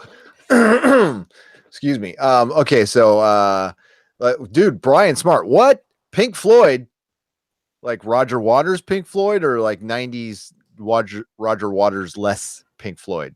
That is awesome. That's one of my favorite all-time bands, Pink Floyd. I saw the reunion tour on that one when they I got Doug and I went to go see him in 94. Oh yeah. That time. So I saw the Mission UK in a place called Iguanas in Tijuana. Yes, and we were coming back, and I left my wallet on a payphone and drove 30 miles maybe. And then and like, oh shit, I left my wallet. And I went all the way back to that payphone and it was still fucking there. It had like hundreds of dollars in it. I was out of my mind on drugs, by the way. I was so wasted. Wow. And I'd seen Doug there for the first time in many years since high school. Doug, when you saw me, I was really wasted. I did one of those stage dives where everybody got out of the way and I freaking face planted on the floor. It was so bad. That was a rough night, man. That was a rough night. Mission UK is very good band, though. Very good band. Okay, so Doug's first concert was Bruce Springsteen. My God, Pink Floyd and Bruce Springsteen. Those are good first concerts, I will say. Yes. Yeah. I was, at that Mission UK show, I was that guy, You know, they're in movies, right? Like he's so freaking high, and it's so like the world I was seeing around me was a lot different than what was going on. So I saw this big party world going on where everybody was had a good time, and it was probably like dead quiet in there, and everybody was staring at me. But I no self awareness. I was just like, yeah, it was so embarrassing. I think about it, but yeah, don't do drugs, kid. Very bad, especially in Tijuana. Oh shit, yeah. Don't do drugs, okay? Okay. Yeah. Iguanas is a fun place to catch a show, though, for sure. Pearl Jam, back when they were good, they went to Doug and I's high schools. Eddie Mueller, who's now called Eddie Vedder, went to San Diego High in Encinitas. Weird Al Yankovic. Okay, you win. That's rad. I saw George Clinton and the Funkadelics oh god, when was that? I can't remember which tour it was, but I was like right up front. George was staring at me. It was kind of cool. That's cool. Yeah. No, you know, when we worked at the warehouse, when Doug and I worked at the warehouse, we have the Ticketmaster thing there. So we'd have to pay, but we'd be able to get like those really good, like gold level front row tickets. And for a good couple of years there, Doug was like hooking us up, but we were seeing some good shows. And then Doug and I, together, we've seen Reverend Horton Heat, I don't know, 5 or 6 times. Altogether, I've seen Reverend Horton Heat like 27 times. I'm like a deadhead with that band. He's awesome, though. He's great. Awesome. Yeah, he's good stuff. He never got huge. So he plays these like little, he plays just little places. And like I don't know, the Belly Up is still down there in San Diego, right? Yeah. The Belly Up's a good place. Yeah. It's kind of funny because the night that Body Count played, he was the only white band out of all the bands that were playing. Everybody else, it was all heavy metal bands, and he was the only like rockabilly band. Oh, that's cool. Only white band. That's rad. Bad Brains must have been there then.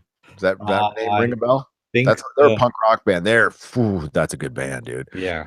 So yeah, the Lollapalooza one had Jane's Addiction headlining right before they broke up for the first time, and Henry Rollins band, which came out before. It was Butthole Surfers, Henry Rollins, Body Count, 9 Inch Nails, Susie and the Banshees, and Jane's Addiction. That was a pretty good show. I know I'm missing a band in there too, but that was a great show. I saw Green Day on Thanksgiving when I lived in my last apartment there in San Francisco. Marissa, Marissa. Yep. She had tickets. She had a leftover one ticket that she couldn't get rid of, and she's like, "You want to go?" And I'm like, "Yeah, I live right near there, sure."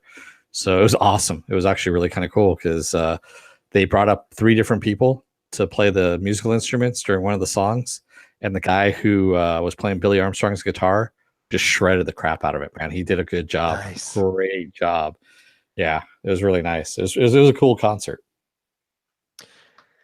I missed the record store days. God damn, man, those were good times working in a record store with Doug and there's Jay. I don't know if you guys saw the podcast with Jay. Jay joined us. We all worked together at the warehouse, and it was I don't think I appreciated it at the time, like all stupid youth. It was good times. We're making very much money, but having the best time at work. Oh my God, if I was making what I'm making now doing that job, I'd be in heaven. Viking bitch, I was going to tell you. So she says Metallica is playing near me, but they're pretty long in the tooth. Metallica, they had a house in San Francisco, like a mansion, and they'd have parties there all the time. And during the 90s, as a way of paying my way through school, I actually used to work at a catering company, like doing bartending catering. So we go around.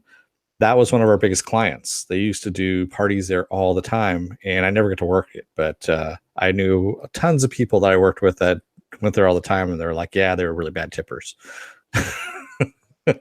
Were they? Supposedly, I guess so. I never got. Oh, you don't know for sure? Oh, yeah. Hey, I heard that a lot with that's how you stay rich. Come on. Although you should be a nice tipper. God, my chair is squeaking like crazy again. I babysat Lars's kids for an afternoon. That was weird.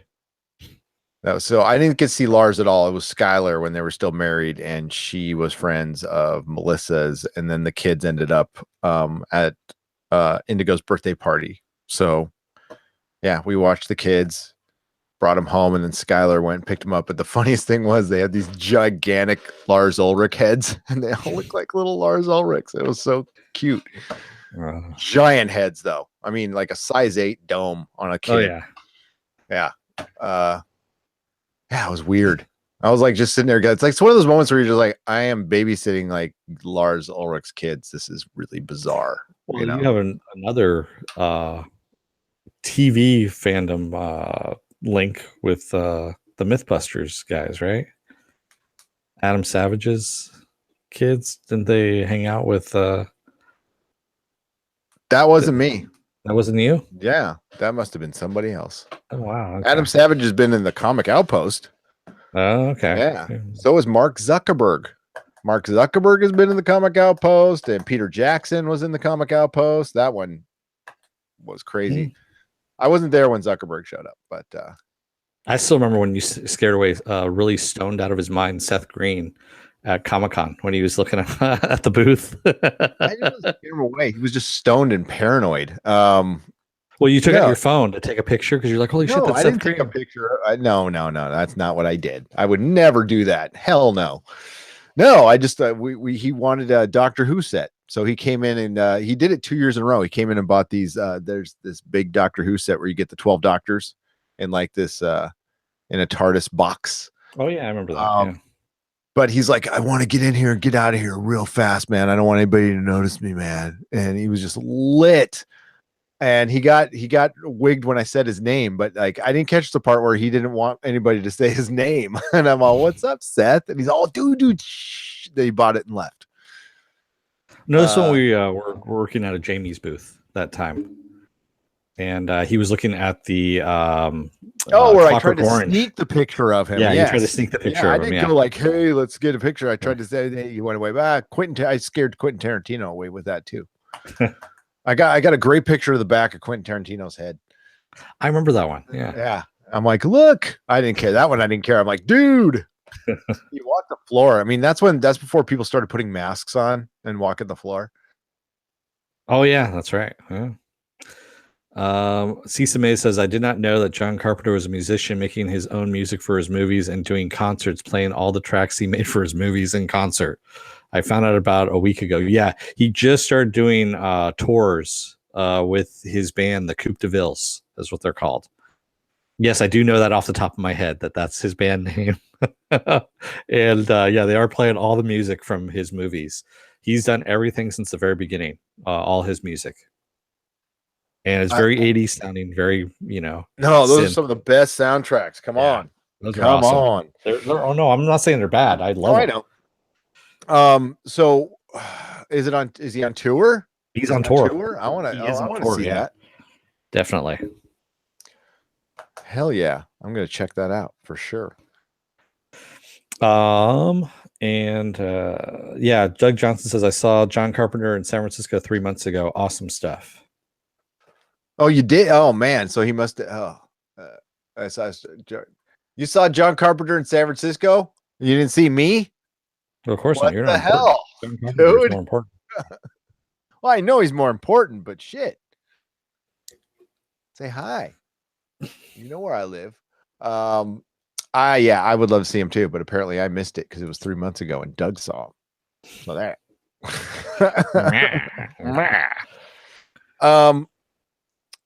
So that Fahrenheit 451 trailer. Oh yeah, the trailers. Yes. Yeah. So that looks actually pretty good.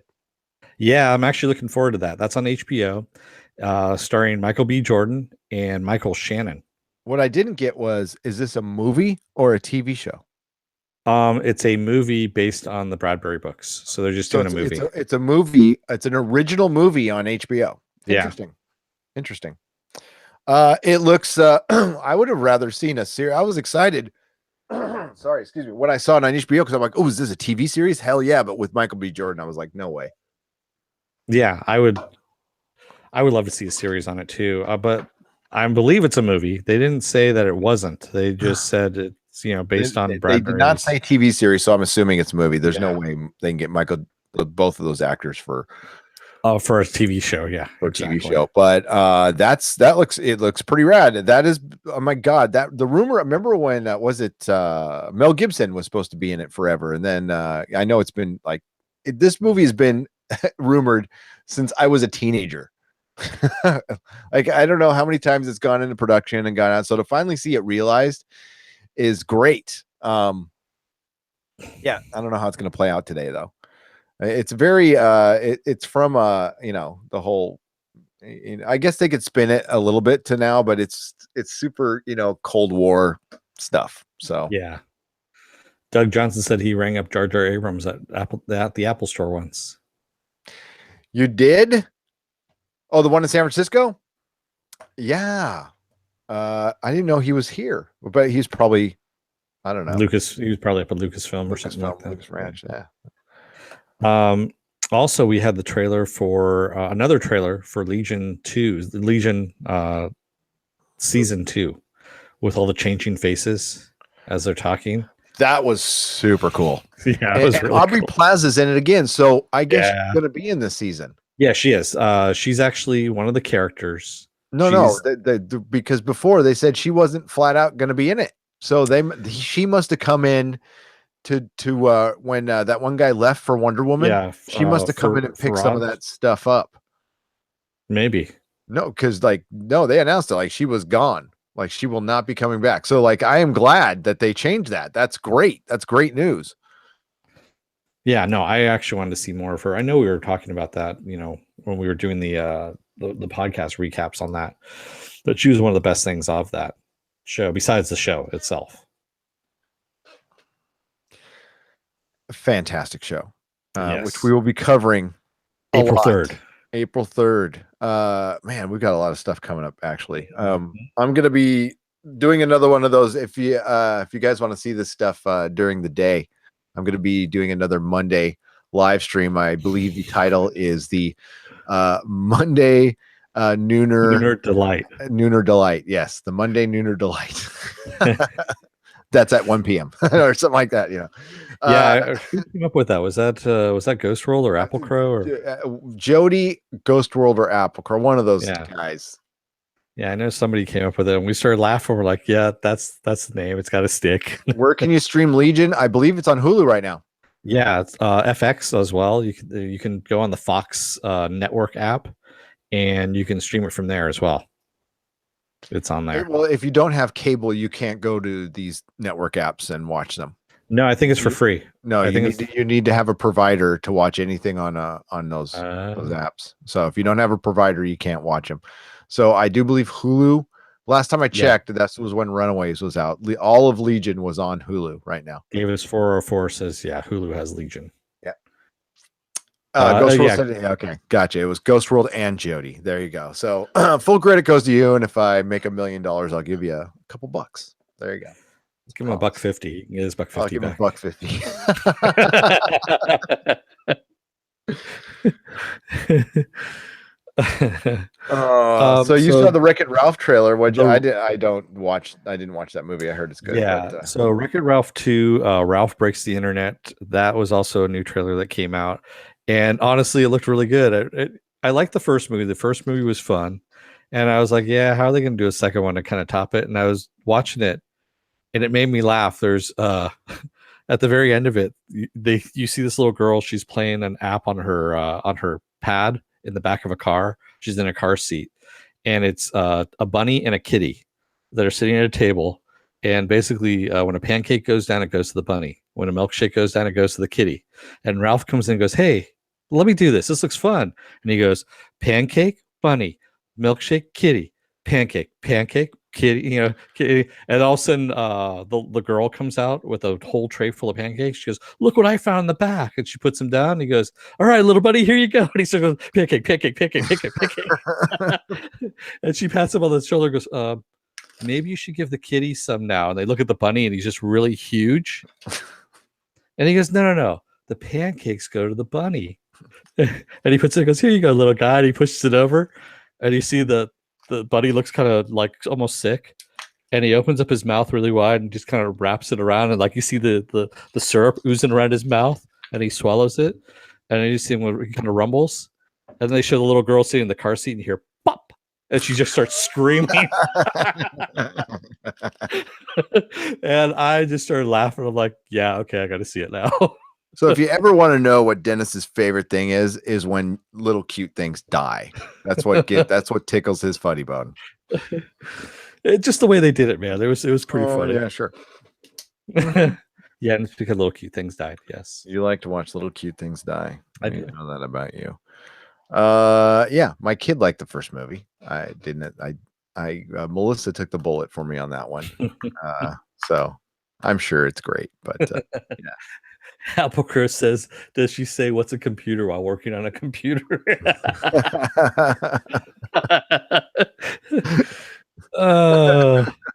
Yeah, dude, that commercial just bugs the crap out of me every time I've seen it. And they were, for a while there, the providers, when I was watching stuff on apps, dude, they kept playing that thing. And it wasn't just once. They'd play it, then they play it again, then they play it again. And it's like, I got to the point where every time it came out, I'd hit the mute button because I just couldn't take it. They just get you to pay that extra $2 to get the commercials. I kind of see that logic, to be honest with you. I think that's pretty smart. So, yeah, we're just going to end up paying the same amount that we did for cable, and it's going to probably, and now it's like, oh, now I've got to have 5 apps up, and so I don't know. That's a cool thing for the show is we're kind of focused on what we watch. So I just pay for the thing I watch. So. Sorry, Davis 404 said, if I'm a bit loopy, I'm going through the fever stage of the flu. Nice. That's kind of the best part of it, to be honest with you. I mean, except for all the pukey stuff. But if you get a little punchy. Yeah, there's a couple of podcasts where have the flu, and I am very punchy. I can't remember which ones though, and I wouldn't tell you if I could. Yeah, you won't be able to tell the difference anyway. So. Oh, sure. And no, probably not. As long as I'm entertaining you folks, whatever it takes.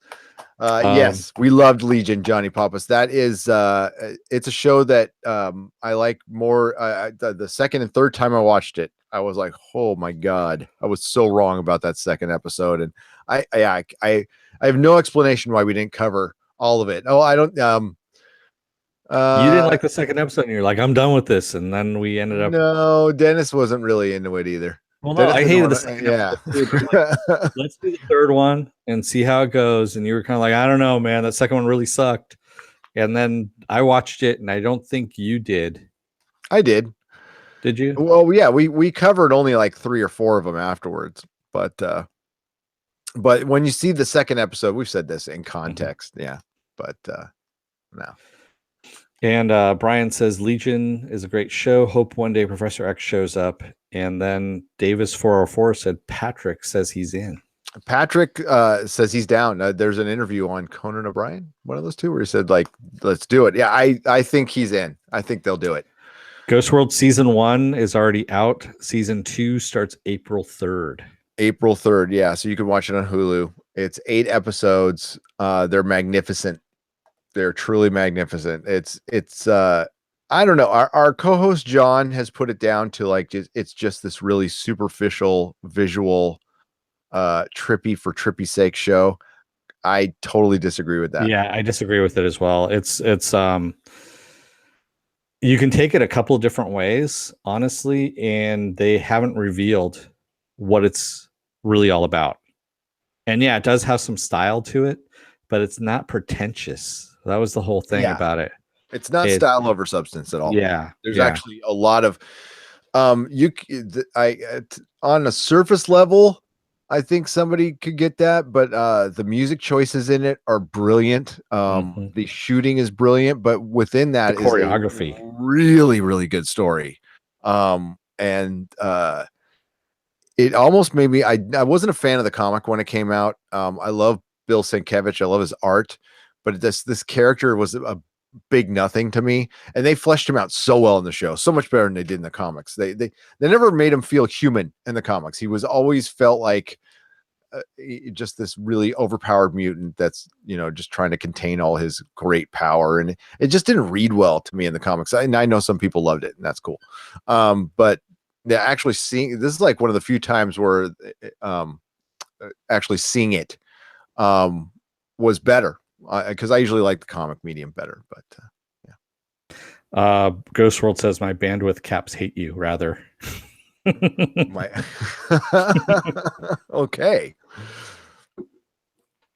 Oh. That's because Apple Crow also says I owe you a debt of gratitude for introducing me to Mr. Robot and Counterpart and getting me to rewatch Ash versus Evil Dead. You're welcome. There's shows. I would not, your bandwidth caps. Man, Wave broadband hits me all the time. Ghost World. I pay like an extra $45 every month. I'm doing.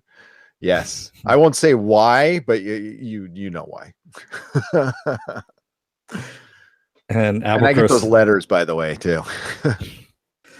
Apple Crow says, as for Counterpart, I haven't bought entirely into the Soviets winning the Cold War in the Prime side, but it would explain why the vodka is better, if that's vodka. I don't think the Soviets won. I'm off that one. I think there might be a missing country. There could be a missing country, yeah. I think there's a very large part of the population that's missing. I think that the reason the streets are empty is because there's less people. I don't think it's people hiding in their rooms. I think it's just less people. And that could be the reason why everything is cleaner as well, is because there's not that many people. And why there is a fanatical regime out there that wants revenge. So I think some point this season, we're going to get to see at least a little bit of the accident, and we're going to get to see like the plague or whatever the hell it was. If you don't know what we're talking about, watch Counterpart. It's a TV show about alternate, a copy of reality. Somebody copied reality by mistake, and our copies grew apart from us. At first, we were just identical copies, and there's one little tunnel that leads into the other reality, and they started growing apart from us. And they wrapped this great sci-fi show in this really mundane 1984-ish bureaucracy. It feels a lot like the less fantastical parts of Brazil, when he was just going to work, or 1984. It's got that feel to it, especially the first episode. It's kind of gotten a little more normal, but that very first episode, and I think a lot of people need to pay attention to that first episode with Howard Silk and what he was doing for his job and stuff. It's a very good show. Yeah, it's a very empty world. It is. Yeah, it is, Davis. Johnny says nobody has said that the Soviets won the Cold War on the Prime side. Is that speculation on your part? Yes. That was something I had come up with, and some other people have said it in our chats, our comments on these videos as well. They're saying, oh yeah, that's actually not bad, and so that's just a theory that's out there. Yeah, and it really felt like that. Especially with the technology they were using and how much they were trying to hide. Like in The Crossing, you see reel-to-reel tape and old computers. But as time has gone on, you see that they're hiding things from each other. And one side is more advanced, without totally spoiling, one side is more advanced in one thing than the other, and the other side is more advanced in another thing. And they're both equally as important, in my opinion. One might be a little more important, but and there's a cleaner side and there's a dirtier side. So the world we live in is the dirtier side. Yeah, they put like a sepia color palette on it, like a little dingy brown in the background, and everything's like stark and beautiful, but sterile on the other side. I honestly, I don't know how they have an economy. There's just Dante says I'm going to check it out. Hope it's better than Happy. No disrespect though. None taken. Not taken. If you didn't like Happy, Happy's not for everybody. We have said that from the beginning. It is for a certain taste. Yeah, you have to be kind of in a dark area sometimes with Happy. No. I think a Counterpart is got more broad appeal than Happy. Yeah. Happy's a niche. Counterpart is something I could recommend to my mom and my wife and you in the chat, like everybody. Yeah. The worst thing somebody might say about Counterpart is if like Happy is the only thing they like, and they would think it's slow. That's the only thing. But like, it's not. It's really not slow. It's yes, there's a lot of English actors speaking with English accents, but it's really good. There's a lot of lesbian sex too in there. Yeah, there's a lot of lesbians. Yeah, that's the weird thing. Is it's like this really straightforward show, and then lesbian sex every other episode, and lots of nudity. Yeah, lots of nudity. Straight up going for the HBO. Well, not as bad. Westworld had a lot of fucking nudity. Wow. Yeah, it did. Yeah, it did. Ghost World says Legion is incoming 2 hours. I need some show to take the place of DSC. X-Files is about done. Yeah, dude, you can't go wrong with Legion. Legion is awesome. Oh, definitely Legion. And if you're already watching Counterpart, other stuff to catch up on. I mean, yeah, well, you're an Expanse fan. Expanse is coming too. Can't wait. Oh yeah. And Westworld. No, the next 2 months are going to be amazing, and then it's going to lead into Comic-Con, and yeah, Comic-Con's going to be fun. We're going to do some fun stuff for Comic-Con for you. We don't know what yet, but we will be doing some fun stuff. I'm gonna for one, I'm gonna try to at least troll a couple people in the Q&A, like my buddy Bert used to do, and the patrons will be able to see the video of Bert trolling Comic-Con because it was pretty epic. That was another thing that didn't see the light of day, unfortunately. But yeah, I've always wanted to do that, so I'll do it for the folks. Just ask awkward questions to movie stars.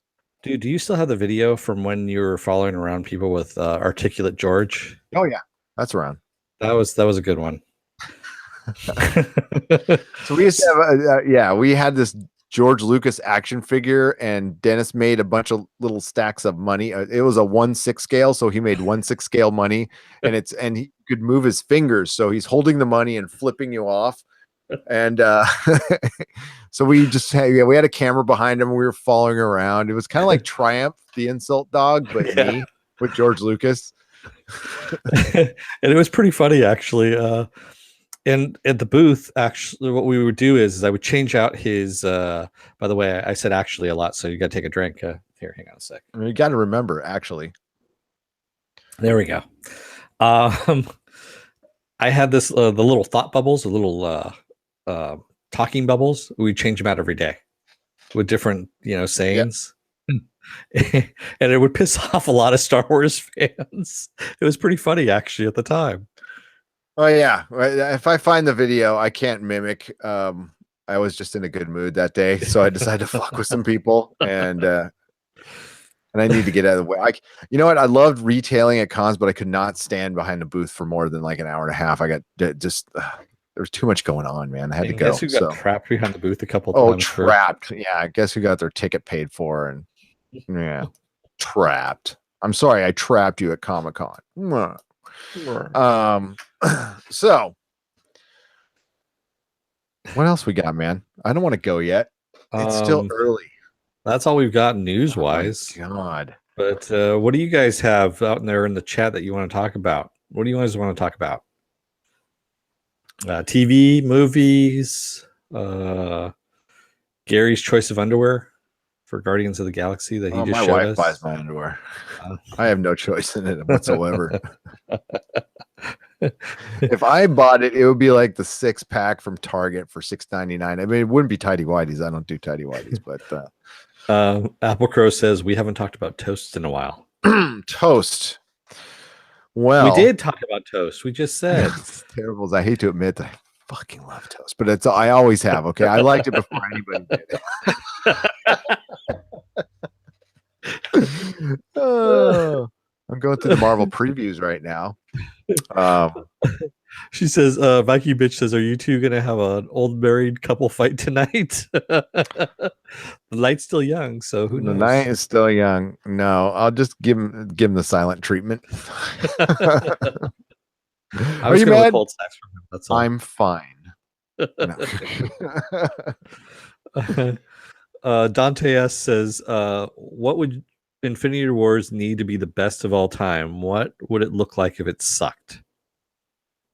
If it sucks, if it looks like, all right, the trailer, the first trailer they showed, it looked all orangey and kind of the effects weren't done, and I really don't it's really obvious sometimes that Robert Downey Jr. is not wearing the suit anymore. I loved it when he wore the suit. Okay, he stopped wearing the suit after Iron Man 2, right?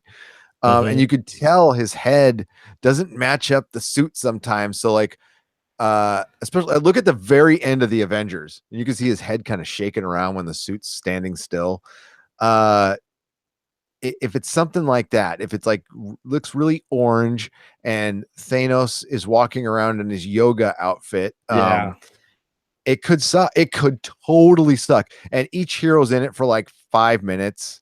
And I'm just giving you worst case scenarios. You ask a question. This is how it could suck.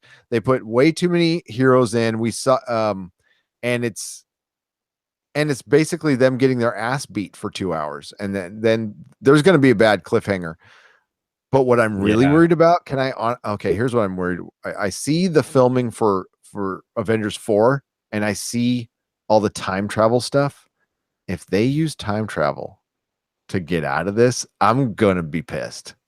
I'm gonna be totally pissed. You think they're gonna do a Jar Jar Abrams Star Trek kind of thing? And I don't know what they're gonna.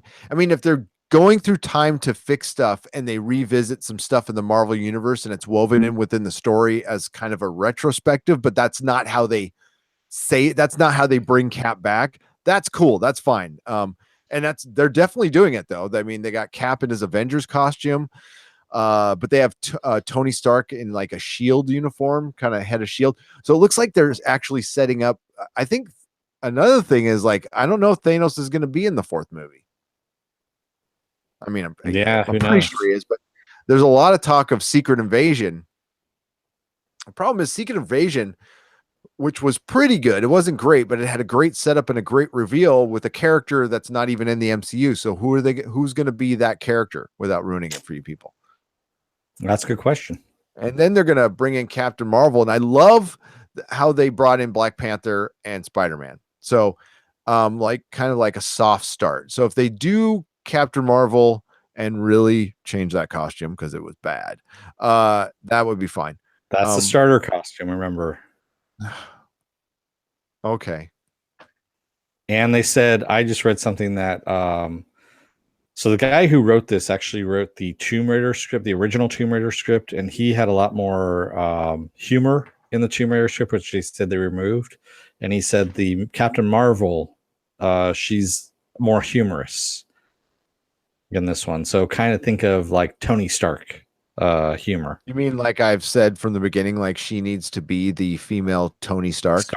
Exactly. Yeah, like I've been saying from the beginning, because it can't be just bland Brie Larson. It's got to be somebody.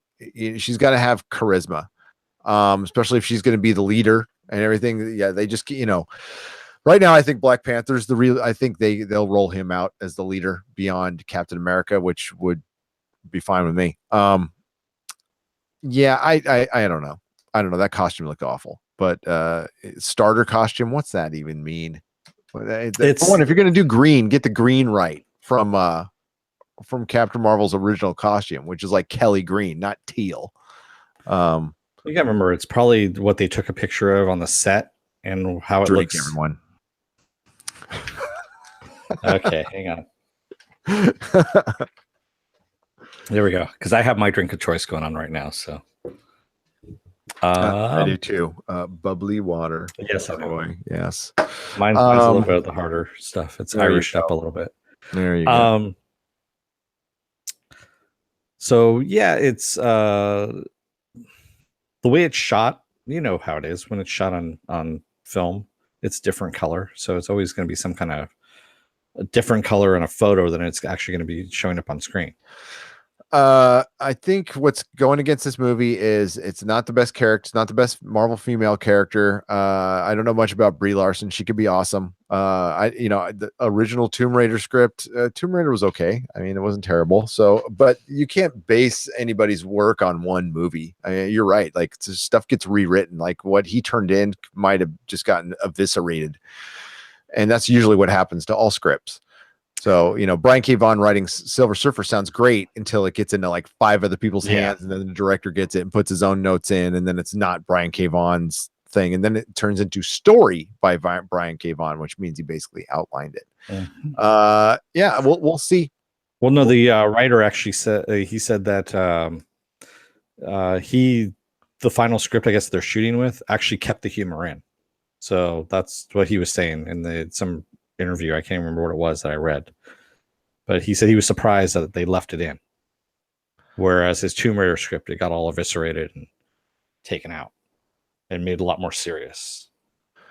Yeah, well, like I said, it's she's kind of Captain Marvel's a bland character. Oh yeah, no, no real with nothing agree. story wise to draw on, so they can be original. That's why they were free with Blade. You know, with Blade, you had a blank template. You just had a superhero, but there's no like canon that people are gonna freak out about. So, and you have that with Captain Marvel, so you can do a lot of fun things and change her and get and amp her up like they amp Iron Man up. You know, Iron Man's a better character because of what they did in the MCU. It actually developed the character more. It also had a lot to do with Matt Fraction and Warren Ellis too. It had everything to do with them actually. Yeah.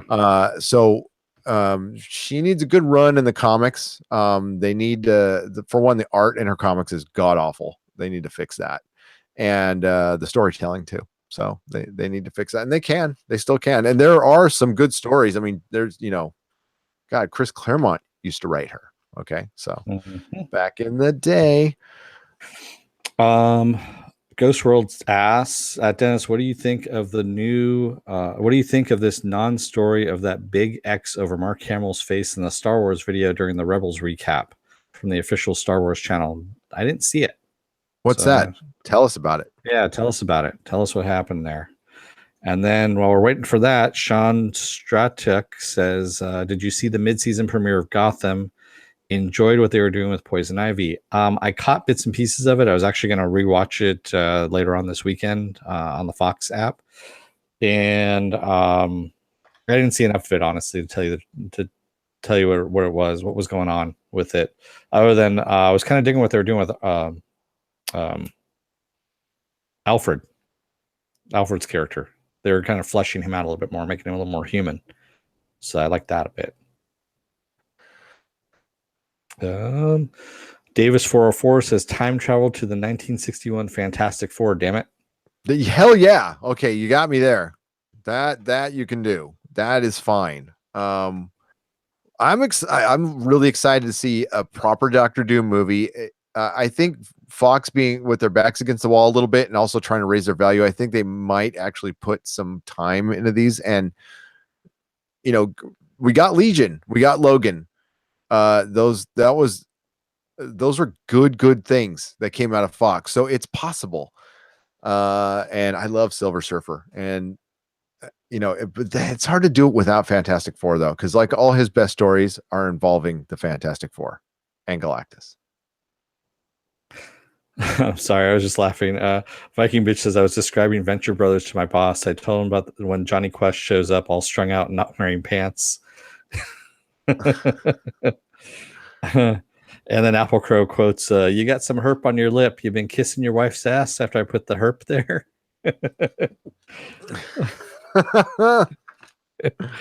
Yeah. I gotta love that. Action Johnny. That's right. That's who it is. It wasn't Johnny Quest. It was Action Johnny. Action. Oh my God. That was so good. He comes back, dude. Talking about Venture Brothers, everybody. Yeah, Venture Brothers, yes. You definitely got to see it. It's good.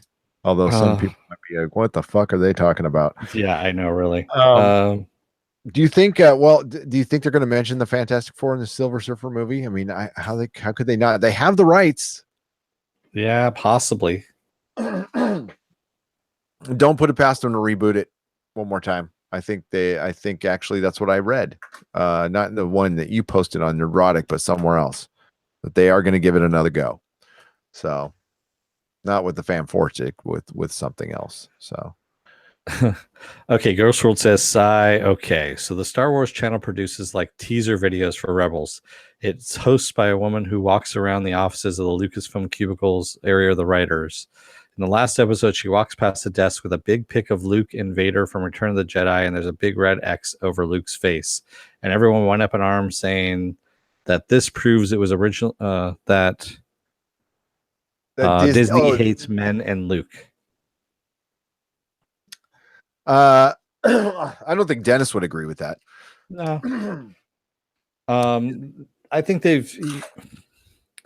what they've been doing with Star Wars Rebels, I don't see any men hate man hate in that at Not all. Rebels, no. No.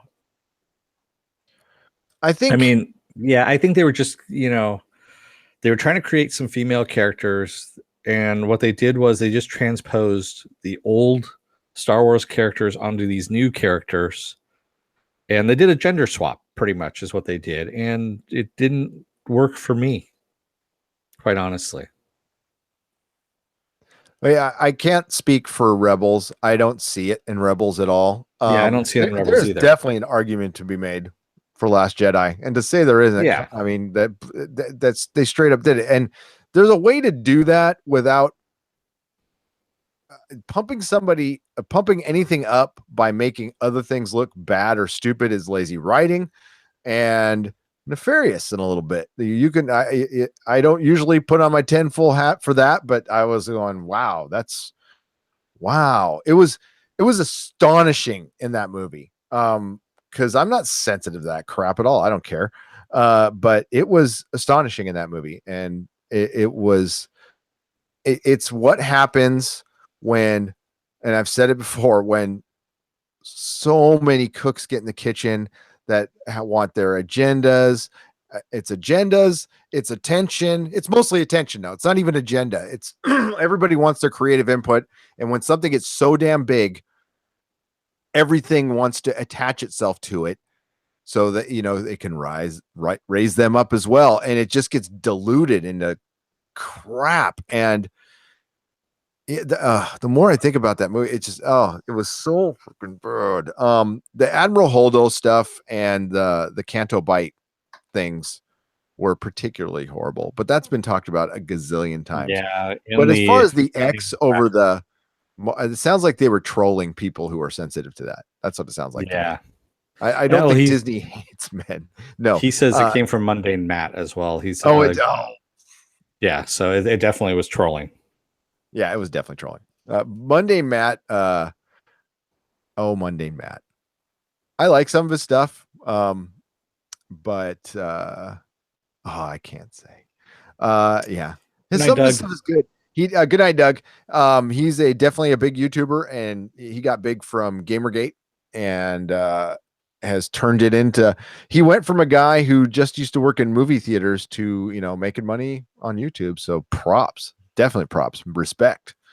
He does it right. He puts out, 3-4 videos a day. I think he just had a kid right now, so it might be kind of hard for him, but he puts out 3-4 videos a day. He's got 2 different channels, and he pumps out content, and he is true to his name. He's pretty mundane. He tries to go down the middle on stuff. But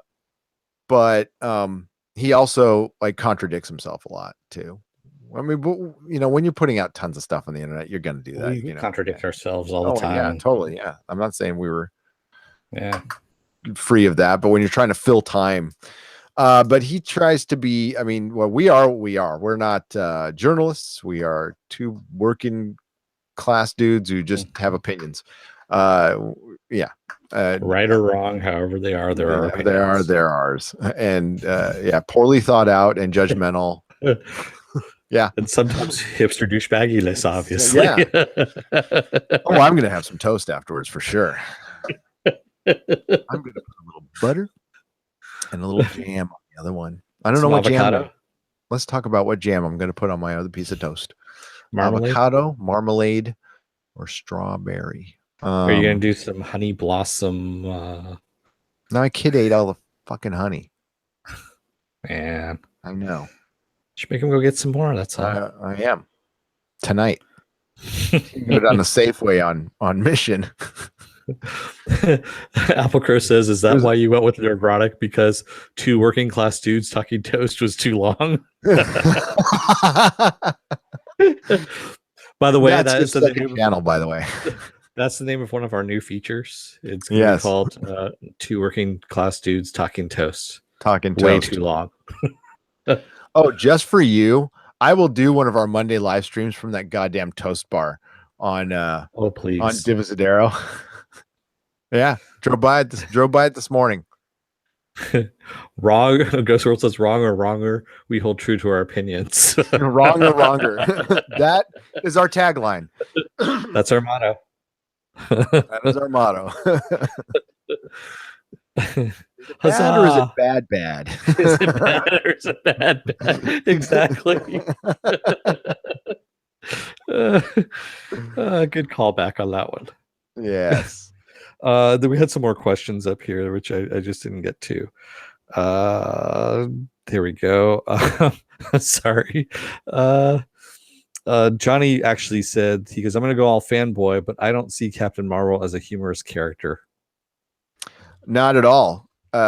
Carol Danvers has always been like large and in charge, and not always. She's always been kind of a Farrah Fawcett sexy character until very recently. So her appeal was her costume, her sachet, a well-placed sachet.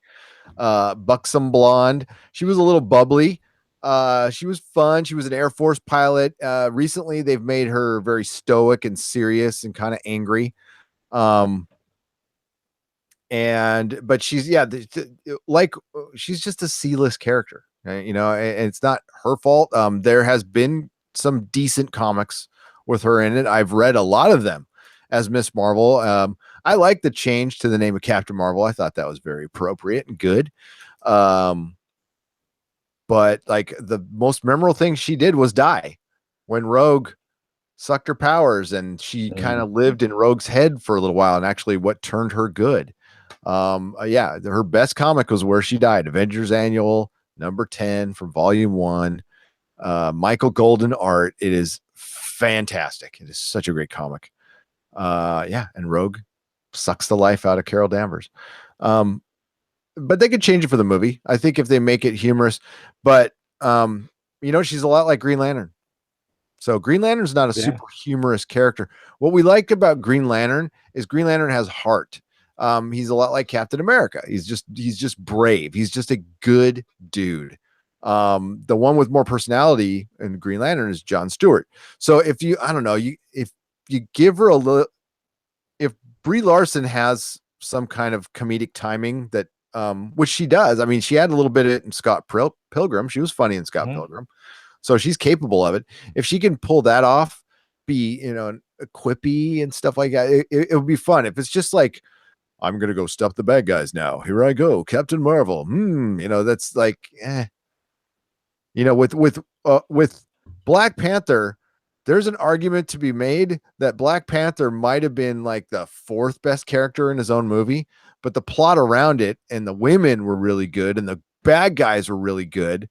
So that was okay. It was okay that Black Panther was like the 3rd best thing in his own movie. He was, Chadwick Boseman is a very good T'Challa. But there was just so many damn good actors in that movie that there was better performances. Brie Larson needs to shine, and it sucks because it's the first solo female Marvel movie. So it might get a lot of scrutiny, but it's not critic proof. That's one of the things that I've really noticed with comic books and with movies is people like to deflect criticism with accusations of sexism and all that bullshit. It's like, no, it's just a movie with a person in it who happens to, be a different gender than me, and I'll be just as critical, but it does need to be good. I mean, we're going to be like 20 movies in. It's going to be post Infinity War. So this movie's got to work for them. And I think that's why they gave it a lot of time. Usually they try to flip these around in 2 years, Dennis, and they've been developing Captain Marvel for 4. Yeah. So I think they are putting the time in to make it right. So that could work. But I think, and it's just me, but I think once Infinity War comes out, I'll equate it to Doctor Who's 50th anniversary. The build up to that was unbelievable because they did everything right.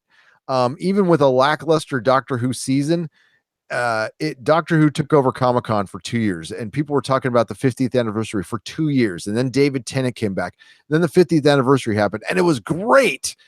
And then Matt Smith left, and it just petered out. And they had all this goodwill. They had Doctor Who did something they had never done before. They broke through in America to broad appeal to the general population, and they dropped the ball.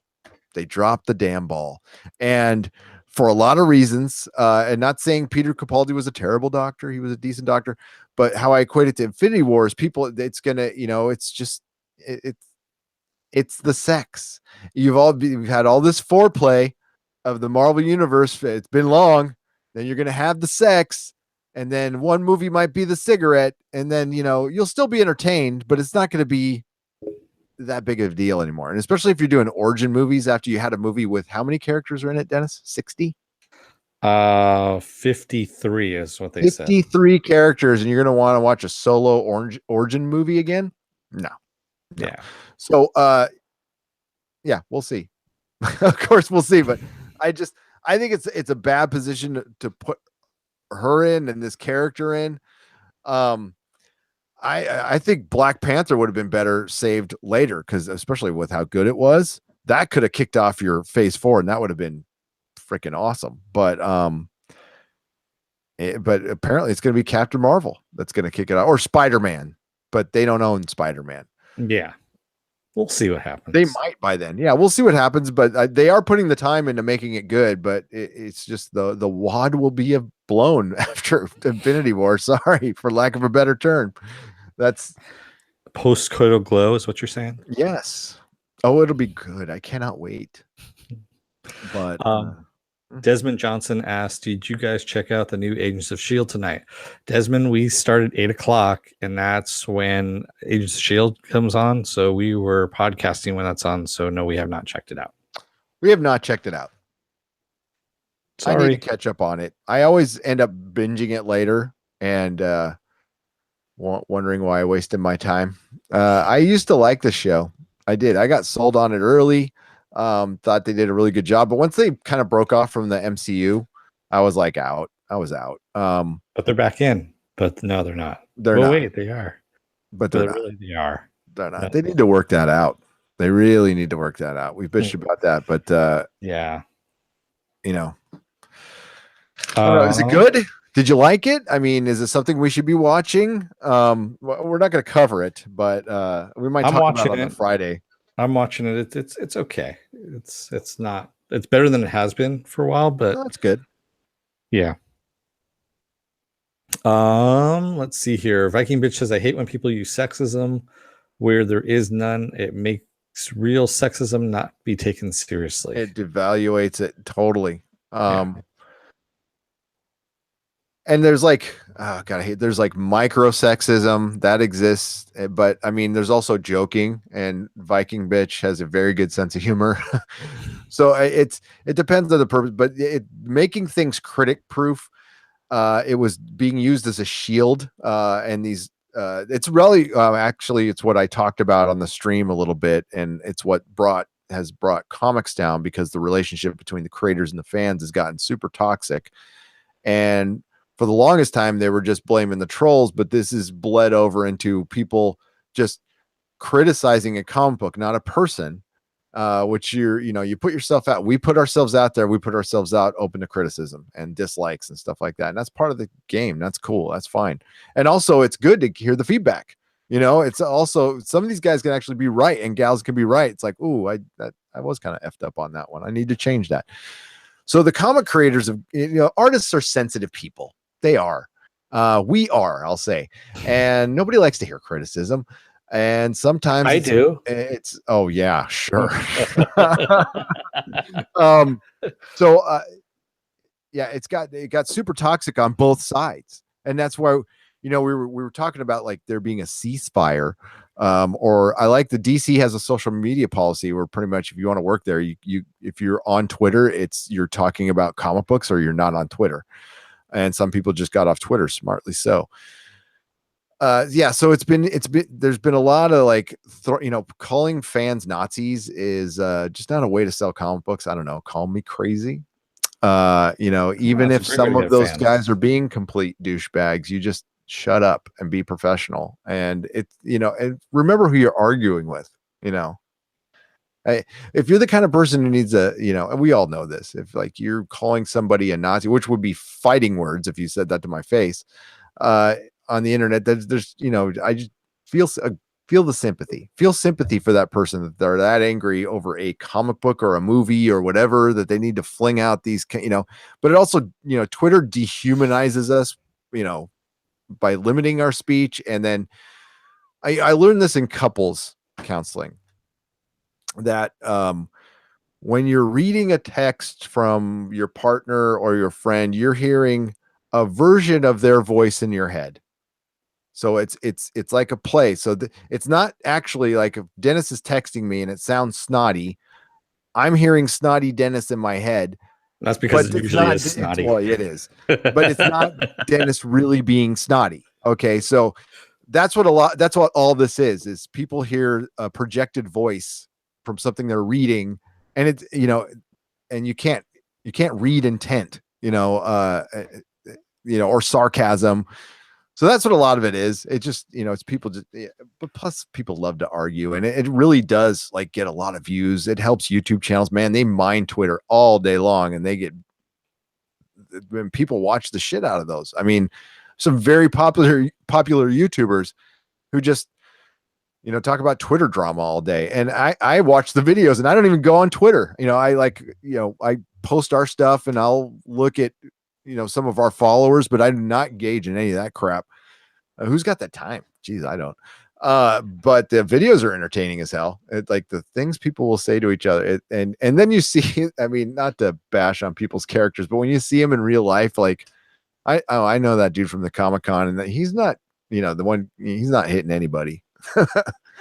He might break his pencil. It's just funny. Ghost World and Apple Crow both. So Ghost World says, honestly, that's what scared me with Black Panther. I thought people may just quote unquote like it because it was a black character, too afraid and cowed into liking it in fear of any backlash for race. And then Apple Crow also says, I love the irony of JJ saying that crap about being afraid of women when he had the chance to develop one of the original female badasses and did nothing with Leia but turn her into a concerned mob. Both, yes. I have to say, boom. Yeah. Yep. Exactly I don't know why JJ actually had some really goodwill going into the movie.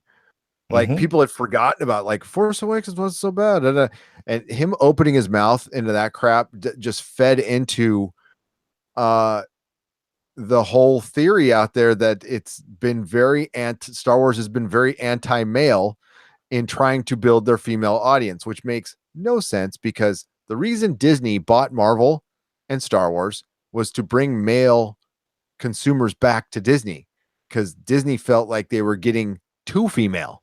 So that's why they bought Marvel. That was their whole reasoning. That's what they told the stockholders. And then they changed it fundamentally. Not female, but homogenized. It's really weird what they I've gone over I don't want to go over it again, but with the podcast, many past podcasts we've talked about, I just think they read the trends wrong, and they thought things would be different. I'll just say that they thought there would be a different person in office, and they thought trends would be a little different than they were, and they misread it, and they were too far into the projects, and they can't change now they can, and obviously since they don't have a plan, but at least they have a script now. And yeah JJ saying that if you and what he was talking about is if you didn't like Last Jedi, then you're just intimidated by women. I'm intimidated by my wife for completely different reasons than The Last Jedi, because she could kick my ass, and she's really smart. And she could stab me in my sleep. So. No, that'd be Luke. He'd wait till you were asleep. Oh, that'd be Luke. Sorry. You just stare at you for a little while. Yeah, then we didn't like Last Jedi because Luke Skywalker thought about killing his nephew while he was sleeping. Mm-hmm. Yeah, nothing. It really had nothing to do with the women. And he would not kill the freaking Emperor, who was torturing his dad. Mm-hmm. Wouldn't kill him. And this is a stranger, complete stranger. But yeah, he's gonna kill like a blood relative. And then he died force Skyping himself to another planet. Force Skype. Yeah. And and it killed him when he should have used forced Google Hangouts. He should have just paid for the collection, man. That's all. He should have just paid a Well, little extra for the data caps. The data cap. Yeah, Jedis don't make a lot of money. He could have paid for it in blue milk. Blue milk, yes. You know what's funny Fresh is that blue milk. you know that poster that Bill Selby did. Bill Selby's a friend of ours, and he painted the first Star Wars poster that wasn't a movie poster for the fan club, and it's the Cantina band in the background. Some people might have seen it, the image somewhere before, but yeah, they're drinking blue milk in that freaking poster. I just noticed it. I was like, oh shit, blue milk was a thing. I don't ever remember it being a thing. Yeah, it was a whole thing at the very beginning because I saw it in Star Wars, but I didn't think it was a thing. I didn't think people talked about it, but it might be a reason. A Viking bitch says Mel could just shave your head while you sleep. She would not shave his head because she's the one that cut his hair. Yeah, no, that's the one thing I always threaten when my hair gets too long. So wife owns the hair salon, therefore I have to make an appointment like everybody else. Yeah, and then when it goes to, they always cut my appointment, so I just threaten to shave my head. I had to do it once. She was very pissed. But the next one is I'll just let it grow. She doesn't like that worse. I can go straight Joe Dirt, get a little mullet going on. It's thin out my mustache a little bit. Yeah, I'm gonna look for that picture. I don't want to take it off my wall. So Bill Selby. Let's see here. There it is. Yeah, I can share it. Okay, here we go. Yeah, so this was for the Star Wars fan club. I'll just save the picture to my desktop. And I met Bill in my store. Bill is amazing. He's written a Twilight Zone episode. He's worked with George R. R. Martin, Michael J. Straczynski. And like, I knew the guy for 3 years before I found out any of this. I'm like, what? And yeah, he was a big time Hollywood writer. And yeah. Okay. So where is it? Where did oh dude, I hate it when I save somewhere and I forget where I saved it. There it goes. Desktop. And I'm going to share it with everybody now. Oh, wait, no, I got to pull the damn thing up first. While we're waiting for that, Ghost World says, and what did Rey do that was so epic? She had some small tricks and things that are intuition, not trained skill as well. Yeah, I mean, quite honestly, there's been no character development with her, even though she's been in the 2 movies, and yeah, it was just kind of weird. And there we go. There's the picture. So Mr. Selby painted that. Did they take his name off? Where's it? All right. Oh, it's right. Okay, no, there it is, right there. There it is. There's the blue milk right there. Yeah, pretty good though, huh?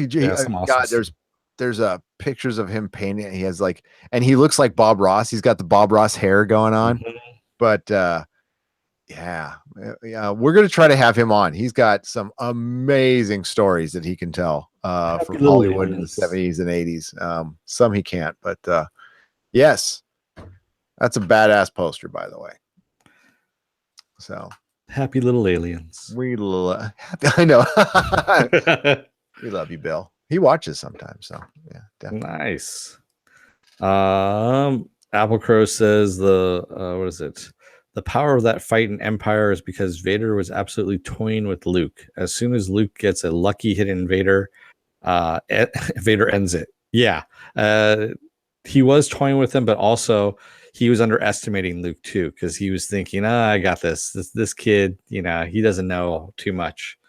And yeah, Vader did get his ass handed to him though, in the end there.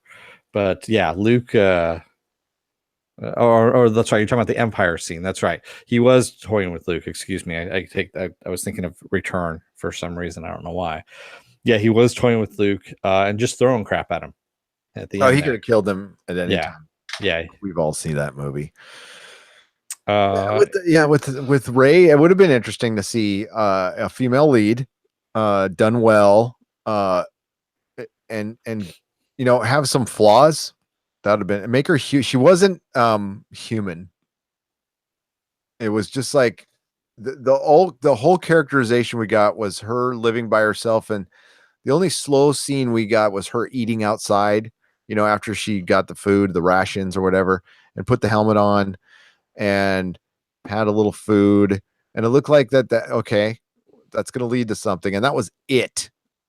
And remember, everything we know from Rey was just explained to us in interviews beforehand. If you watch Force Awakens cold without knowing any information, and say you've never watched the New Hope, you wouldn't know dick about her. You'd be like, why are we following this character around?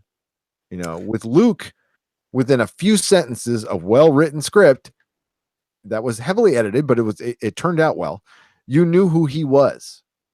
You knew where he was coming from. You knew he was a teenager who was, wanted to get off his damn planet. He wanted to get out of that small town. It was a tip, it was a 50s, story. I want to get out of my small town and go to the big city. But I was going to go to Tashi Station and get some power converters. Power converters, yeah. We knew that. By the only thing I knew of Rey, she didn't like her hand being held, and I don't know how the hell she survived. They they must be really polite bad guys on that planet. I'm just saying. Yeah. Ghost World says, and the Ahsoka character proves that, but granted, it took 2 cartoon series to flesh Ahsoka out. Well, Yep. Honestly, Ahsoka wasn't the main character, though. That was the whole thing in those series. It was Anakin, and Ahsoka was just kind of she was a happy accident, honestly.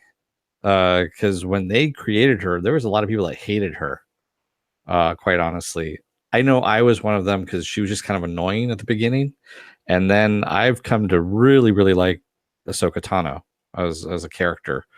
And again, it was because of what they were doing in the series as a periphery character, not as the main character, who, of course, Anakin was in this. And her story actually became more compelling than Anakin's, just because they took her. They didn't have to rely on canon, is what it was. They didn't have to. They weren't restricted to canon, I should say, as they were with Anakin. And that's the restrictive thing about Star Wars is there isn't a ton of background and detail. There's what stories you've been told as far as background, but they don't show money. They don't show how they told you how the Empire came to power and all these things, but they never showed a lot of details. And that was great. That was the best part about it. You let the world, it felt like a huge, huge universe because so much was left to the imagination. The world building in the first Star Wars movie was very basic, very basic. You're on Tatooine, you're on Yavin, a moon from Yavin for a little bit, and a Death Star. But the way they did it, it looked like a lived-in universe that was huge. And just through the cantina scene, you threw in a few extra aliens, and it looked like this ginormous universe. But thinking you can dive into that universe and without doing, they need to do more world building with it. And before people come at me with the books and the comics and it doesn't count. It's never counted. Even if they called it canon, I would not. You have to, for a movie, it has to be told within the movie. I need to know all my information within the movie. I don't need 13,000 little prequel videos, that I have to watch first before I can go and see the movie, or I should watch after the movie or something like that. Or having the director explain, oh, but you know what? In this scene, I really meant da da da da da. No, it doesn't work that way. See, they do that with Doctor Who, and it's maddening. Okay, because everything counts in Doctor Who, the books, the audio dramas. So I mean, I've read as much as I can about the books. I'm caught up on all the 10th Doctor stuff.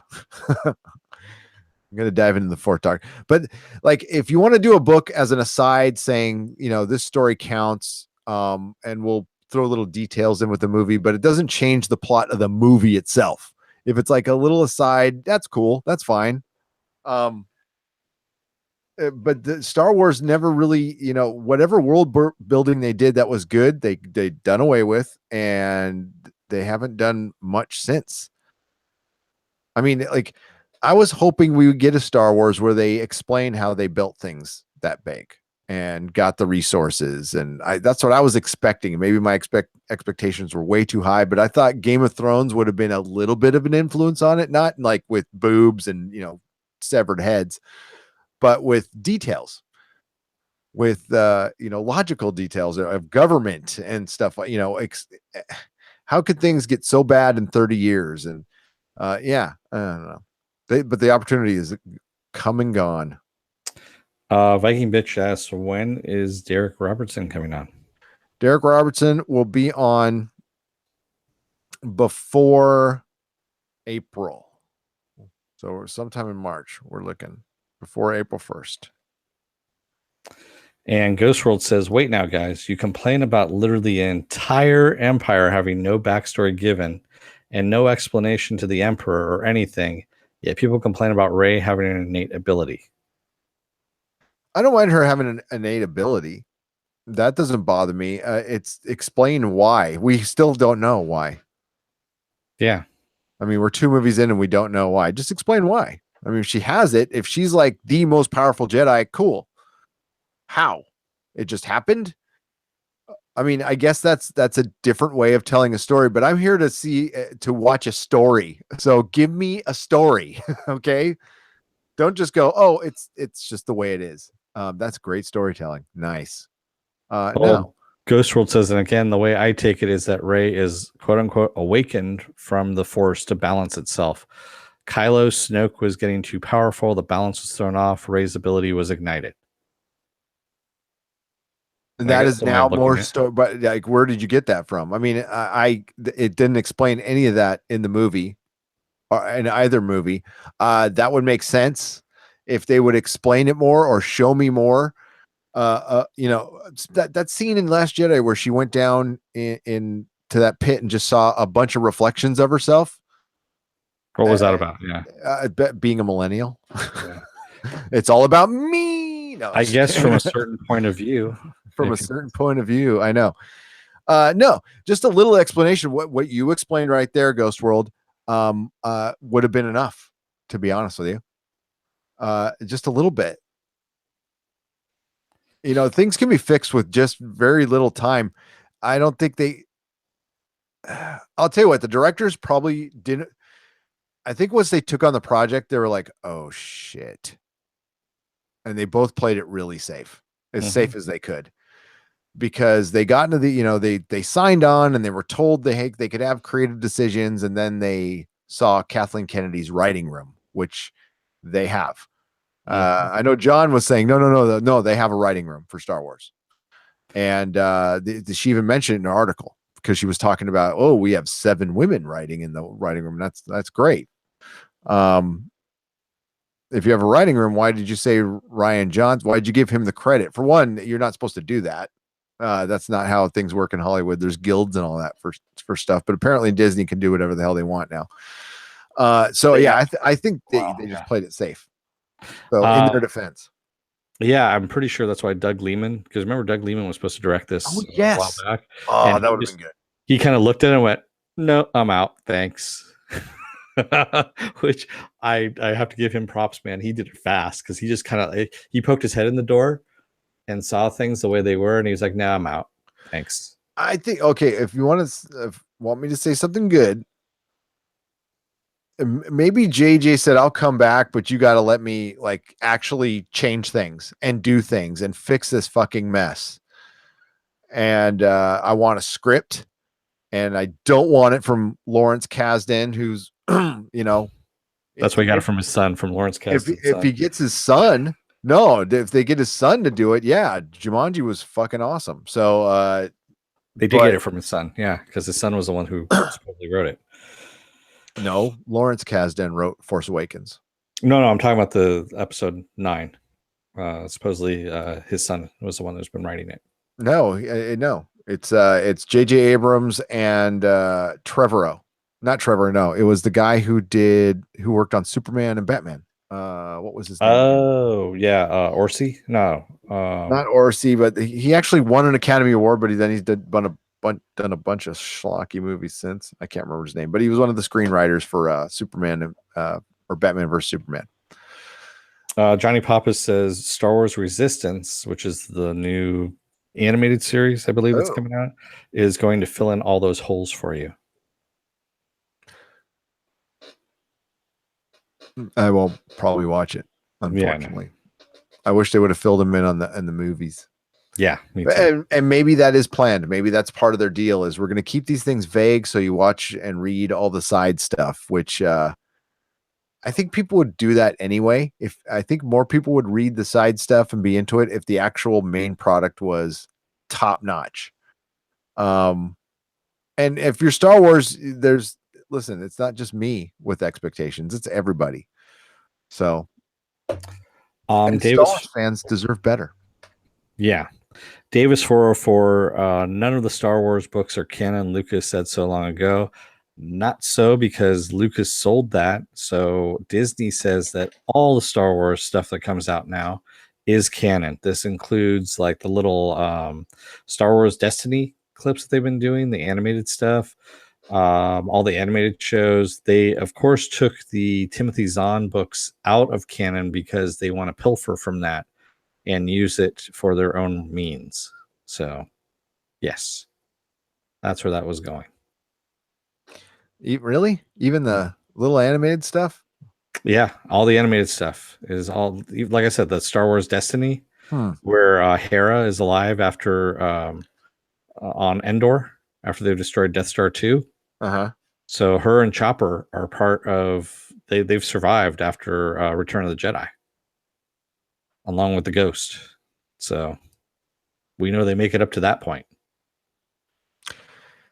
Interesting. Mm-hmm. So yeah, that's all canon.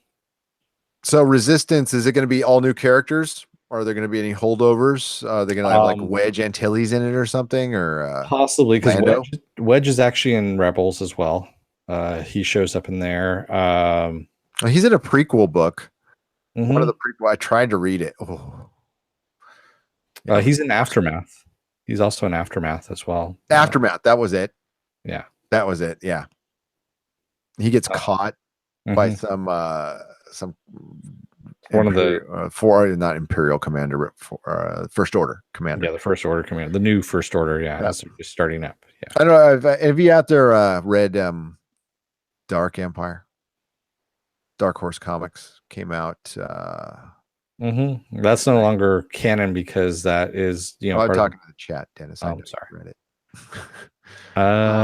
Yeah. So if any of you are Star Wars fans and you haven't read that, you need to download it digitally, buy it. It is amazing, and it's a true sequel to Return of the Jedi. There's even an audio version of it with that's fully dramatized that I do believe has Billy D. Williams doing the voice. As a matter of fact, maybe it's I think so. Yeah, Apple Crow says he liked Dark Empire. No, Dark Empire is amazing. Even Dark Empire 2. And also Battlefront 2, the video games, are also canon now as well. They are? Yes, they are. Everything Star Wars that's come out since the new movies is canon. That's crazy. I can't find it. I was knocking things over looking for it. There's my Hitchhiker stuff. I wonder where it went. Blaze 8 said there's a Nintendo 64 game as well for Dark Empire. Oh, that's right. I still have my gold, because there was a variant with the gold titling, the gold foil titling for it. God, those used to be worth so much money. They're not really much anymore, but man, that was such a good story. Yeah, the audio drama is very good. It's very, very good. We should start doing once a month, for the patrons, to let you know that Dennis and I have decided we're going to do like 2 shows a week for you that are original. I'm going to be giving you a lot of little stuff too. That's just for you guys. And we're going to honor all of your requests. So all of our recorded videos will be your requests. Unless you really want it to be live. We're going to do 1 live show for patrons only a week. I'll get in and message you guys and we'll all try to agree on what's like the best day to do it. And I'm going to give you a bunch of little content. I'm not going to charge. I guess I don't know how that works. So I saw the per creation. I don't think you get charged. Like if you pledge $1, I don't think you get like charged $1 per creation. I would not do that. So it's supposed to be like, I thought it was like monthly. All right. So that's what we'll do is we'd only charge you once a month. Okay. All the other stuff I can make patrons only, but I won't charge you. So we're going to do 2 things a week of original content, but I'm going to be also giving you a bunch of that old Comic Outpost stuff. That is fun. But as a teaser, and the packages are going to, once I start charging people, that's when I'll start getting the packages together. Once a month from here, we're going to do like a little giveaway of something, something little. Okay. So it's easier to ship internationally for one. So for the first one, we're going to give away we're going to give away a Lando Calrissian, a Kenner Lando Calrissian from the original Empire Strikes Back line. It's back there. He's right there. There. So we're going to give that way. All you have to do is leave a comment. And if you're a patron, you get an extra number. If you're a subscriber, you get an extra number. And we'll do it just like we did the happy contest. So yeah, I know it's just one little dumb figure, but what the hell. So leave a comment. It puts you in the running, and you get Lando Calrissian. Why? Because I have 2. I can give you 1. See, I do love Star Wars. Those are all of mine. That's the like one of the only that damn light bulb was the only thing that survived from my childhood. I don't know how I managed to save all those. Oh, they're all crooked. What's going on? There's actually a Captain Kirk right there. That's not Star Wars. I'm sorry, but that's Amigo Kirk from. Come on, it's part of the J.J. Abrams verse now. No, stop it. Stop it. Like, see, yeah, Dennis is Mr. Schadenfreude. He just loves it when other people. Good thing I'm not suffering. He isn't. That's why I know he's smiling on the inside just like I am. No, I actually want Star Wars to be good. I want the Star Wars fans. I want everybody to like kumbaya over Star Wars, and I want it to kick ass. Start singing kumbaya there for a minute. There you go. I do. I like if they rally. Listen, if JJ rallies with the 9th movie and it's good, I'll be the first to admit it. And great, there's a lot of guys making like doing very well in their channels for loving Star Wars and shilling for it and for hating it. There's not a lot to be made from the middle of the road stuff, but I want it. It's not like I go out to hate it, and we end up talking about it a lot just because. Oh my god, it keeps coming up. That's why I was pissed about Han Solo dying, but you know what? It was done very clumsily, but it made sense within the story. Okay, it did. It made sense. Fucking with Luke.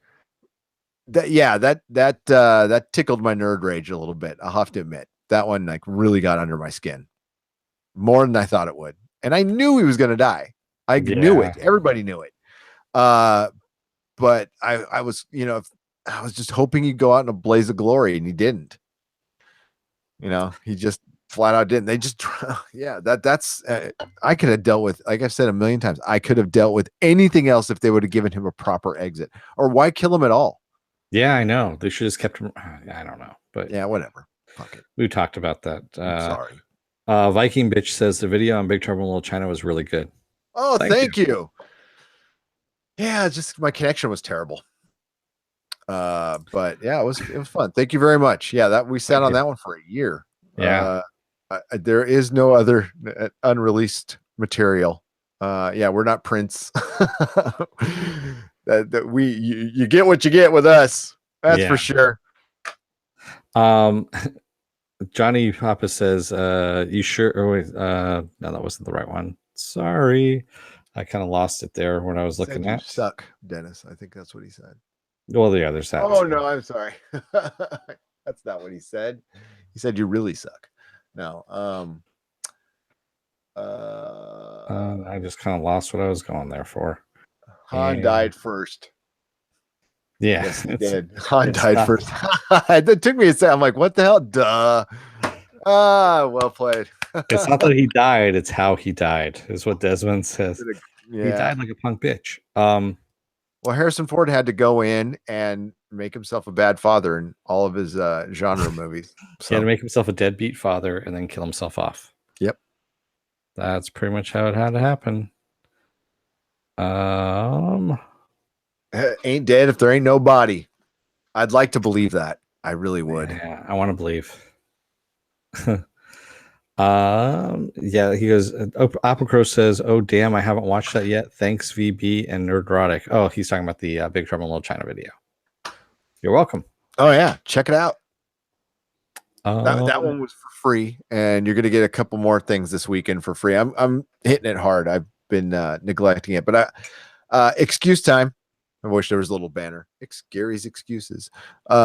Just getting used to the new gig. So I've been trying to like get in my new schedule, and I have to drive. I have to commute to work now. So yeah, that's why things are a little later, but I'm used to it now. I'm adjusted. It's really a good job, by the way. Kind of sucks, puts off the comic store a little bit, but things happen for a reason. I was reading a couple more quotes there. Ghost World said, come on, being a black guy doesn't get me an extra entry. Well, he goes, come on, my ancestors. Can I channel some white guilt and give him 5? Oh man, I don't have guilt, much less white guilt, but you'll get extra entries for quippy comments. Good quippy comments. Desmond Johnson said Finn's storyline made no sense and he failed his mission. Yes, he did. And yes, his storyline makes no freaking sense whatsoever, other than he used to be a stormtrooper, now he's not. And that was such a good start. Oh my god, that is the one. That's like a really interesting thing. Bringing the stormtrooper out. Yeah, missed opportunities. They're full of them. But it's also speaking of new and different. Like, hopefully, we're gonna get some more original material. That seems to be as great as some of the adaptations have been and remakes, and some of them have been really, really great. Mad Max was great.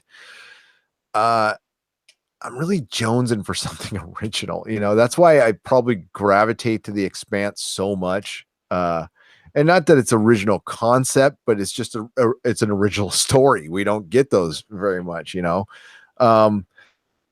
I long for the days where they used to adapt books and you'd always hear like the book is better. And they usually are, like 99% of the time. But there's a lot of good books out there that could be adapting. And they're afraid to keep what was that? Ready Player One's being adapted from a book. Yes, it is. And they're taking more chances, but that was like a monster hit. Okay. So, but like digging deep, maybe not getting, there used to be people in Hollywood who would read tons of books. Mm-hmm. That's what that was their job. They would market research and, trend scouts and they just got lazy. And, I don't even know if they read full comic books now, and comic books is kind of taking that away. And I'd like to see more books get adapted. There's tons of good ones out there. I am looking forward to, I know this isn't a book, it's a video game, but the Witcher thing on Netflix, that's got me interested. Oh yeah. That looks pretty awesome. I mean, I haven't seen anything yet, but that looks interesting. Up our alley.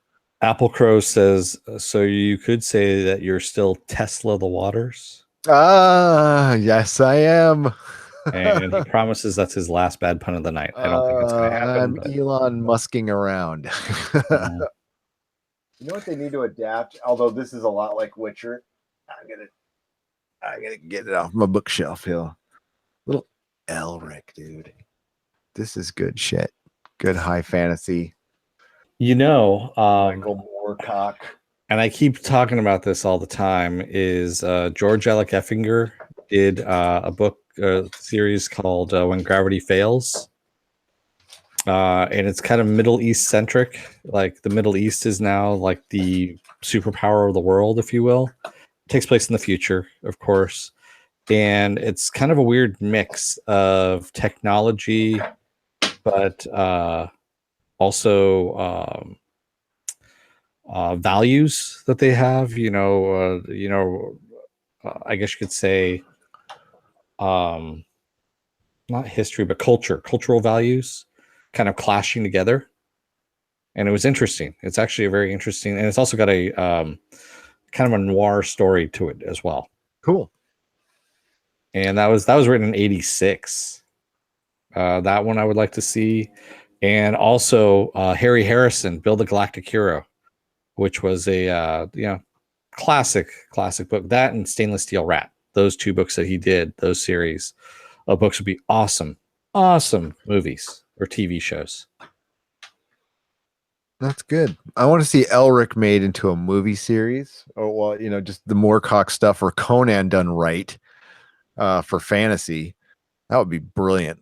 There's still so much good stuff out there, and I love comics, but unless I can't wait to see some of the Millar stuff coming out.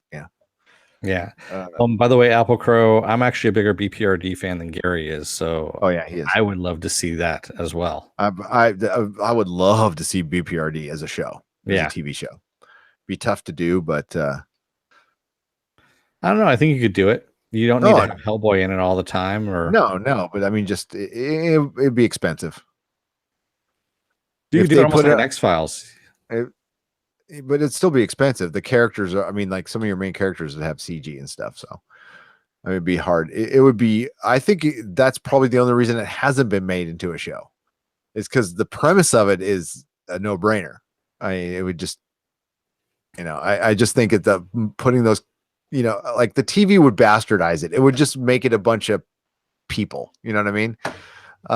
Instead of superheroes and interesting comic book characters, they would just like adapt them poorly, or and they would just muck it up, unless it was like a cable network that, Dude, actually, it would be an awesome TV, like a Netflix series. Speaking of reaching deep, Death's Head. As a futuristic bounty hunter. Yeah. And you could even throw in the time travel element if you really wanted to get really wacky. Never the biggest fan, but that might be a good show. Yeah.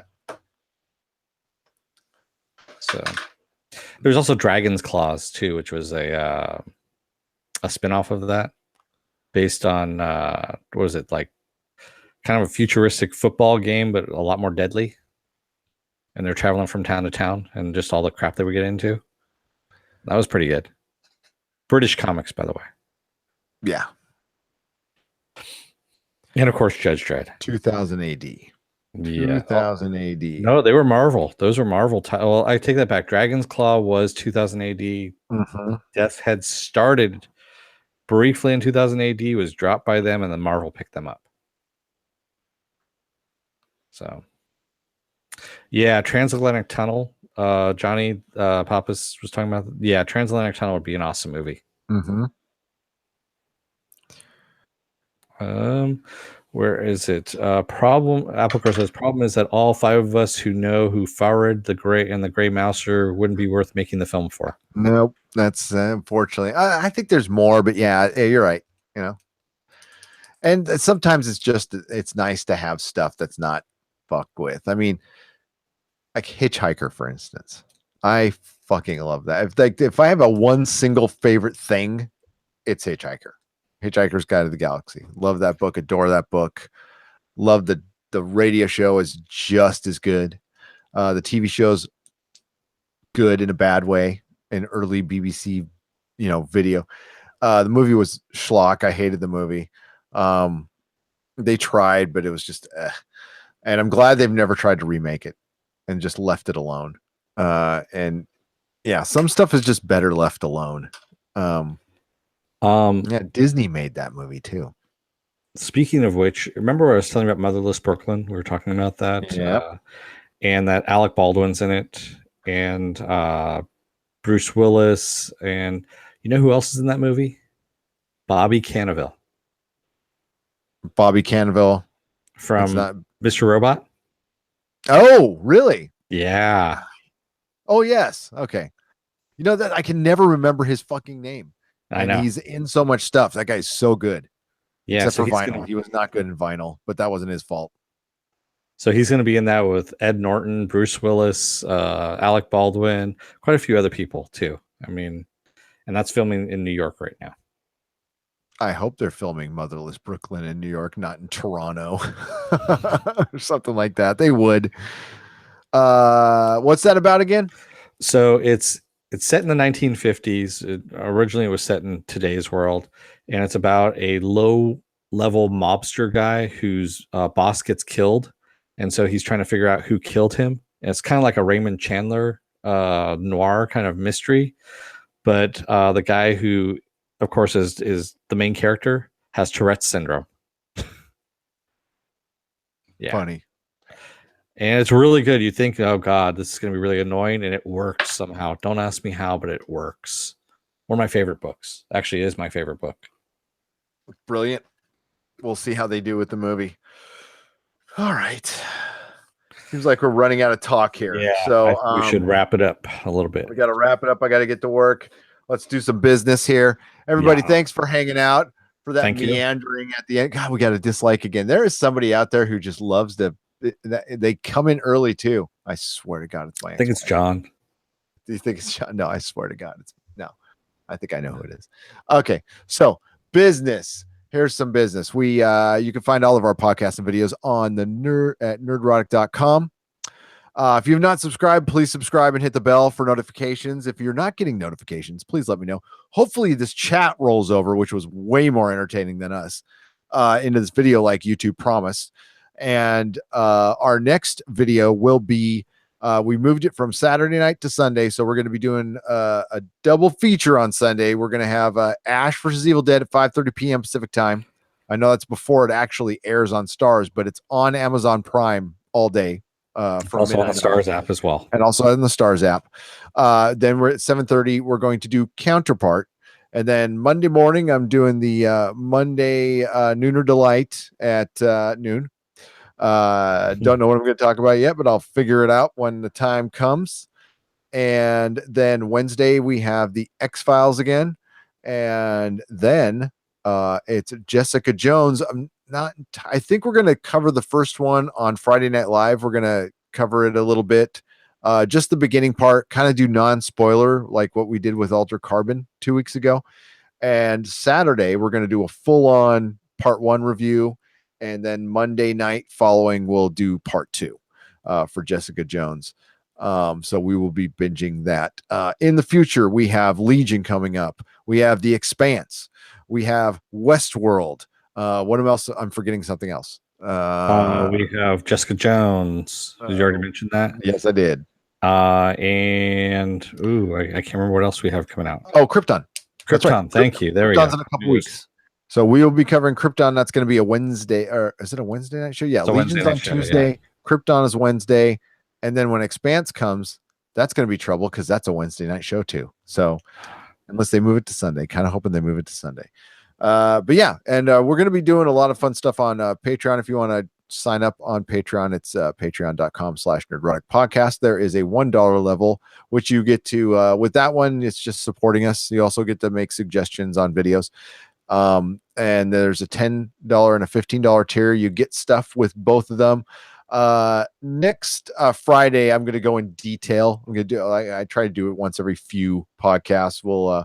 I'll show you pictures, tell you what's in there and all the fun stuff we're getting. And there'll be a bunch of original content that only our patrons will get to see.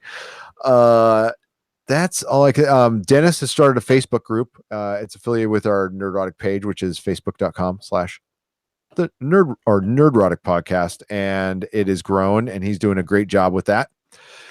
And thank you for everyone who keeps adding content to that. That's what it's there for. It's for everyone to talk and mingle amongst yourselves. Please check out my stream from last night. It's at Comics Division. The link will be below in the description. Comics Division, myself and the Feisty Fan talk about the state of comic retailing today and the future of comic retailing. Actually turned into a really fun and educational discussion. I learned a lot from the Feisty Fan on the modern stuff because I haven't been retailing for 4 years. Comics Division, seriously, one of the best moderators. He was able to jump in between me and Feisty Fan, who could talk a lot, and he did a great job and with great questions. And it was very nice of him to ask me on his channel. He does comic criticism. He gets a bit salty. That's part of his gig. I think he does a good job. Please check him out. And yeah, I'm going to be part. I'll be on other people's channels here in the future, so I'll be sure to let you guys know where I'm going to be if you want to support, hang out. We always appreciate your support. We thank you so much for subscribing. This is like the best hobby in the world. I've drawn comics, I've published comics, I've been in the bands. This is the most fun out of all of those. I have so much fun sitting with you guys here, hanging out with you every Friday night. Thanks to Melissa for allowing me to do this without giving me a hard time. And thanks, Dennis, for, Dennis is solid, man. He shows up to everything on time. Yeah. So thanks, Dennis. Good job tonight, man. This is honestly a lot of fun. I mean, and Johnny asked, when is Westworld? I believe that's the 22nd of April, correct? I have all the dates at nerdrotic.com, but Yeah. I'll read them off because what the hell, I got time. I think I remember it's the 22nd of April. It is the 22nd. Let's go to bookmarks, go to my website. Here we go. And yeah, I just want to say thank you to everyone as well. It's so much fun doing this stuff. And honestly, we had a lot of good laughs early on too in this day. It's actually pretty funny. And thank you to everyone who donated tonight as well. Yeah. And has donated to Patreon as well. World, Viking Bitch, Johnny Papas. Here we go. I hear this is our website. I'm going to present it to everybody. This is nerdrotic.com if you want to see what it looks like. I can't. There we go. And our schedule, that's a lot of stuff. But the upcoming shows are Jessica Jones on the 8th of March, Krypton on the 21st of March, Legion on the 3rd of April, Expanse 11th of April, Westworld 22nd, and Infinity War. I got to change that from 5/3 to 4/27. And more to be added. So there you go, nerdrotic.com. Very proud of it. Nice. Everybody, you guys are brilliant. Johnny, Apple Crow. Was that Blaze? Is that Blaze or 8. Blaze 8? Okay. Sorry, Blaze 8. Yep. Mark, Davis. Viking Bitch. Let me scroll up. I was able to see the comments tonight. That was a first. It was nice. I got a new little setup here. Sorry we were late again. It was part me, actually. It was actually me on that one. We had a couple of issues, but it was mainly my camera. I got a new camera, and yeah, it's just not working out great. So I'm figuring it out. I don't know why. Nobody watches anyway, but I care. Desmond, thank you. Doug, thank you. I know you're gone already. Brian L. Who else do we have? We already mentioned Davis. And there's a couple other people that are in here that I can't. You guys are great. We'll see you again. We'll be so I'll be doing a live stream during the day on Monday. If we decide we want to do another one this weekend, which is always a possibility, we will let you all know. Please follow us on Twitter. That's where we do most of the communication at, and the Facebook page. Dennis's Twitter is at DeForce, DAFORCE. Mine is at Nerdrotics. And everybody, have a really good night. Dennis, take us out. People of Earth, children of Earth, actually. Don't let the door hit your ass on the way out. May the small folks sing songs of your greatness. Good night, everybody. Good night, everyone.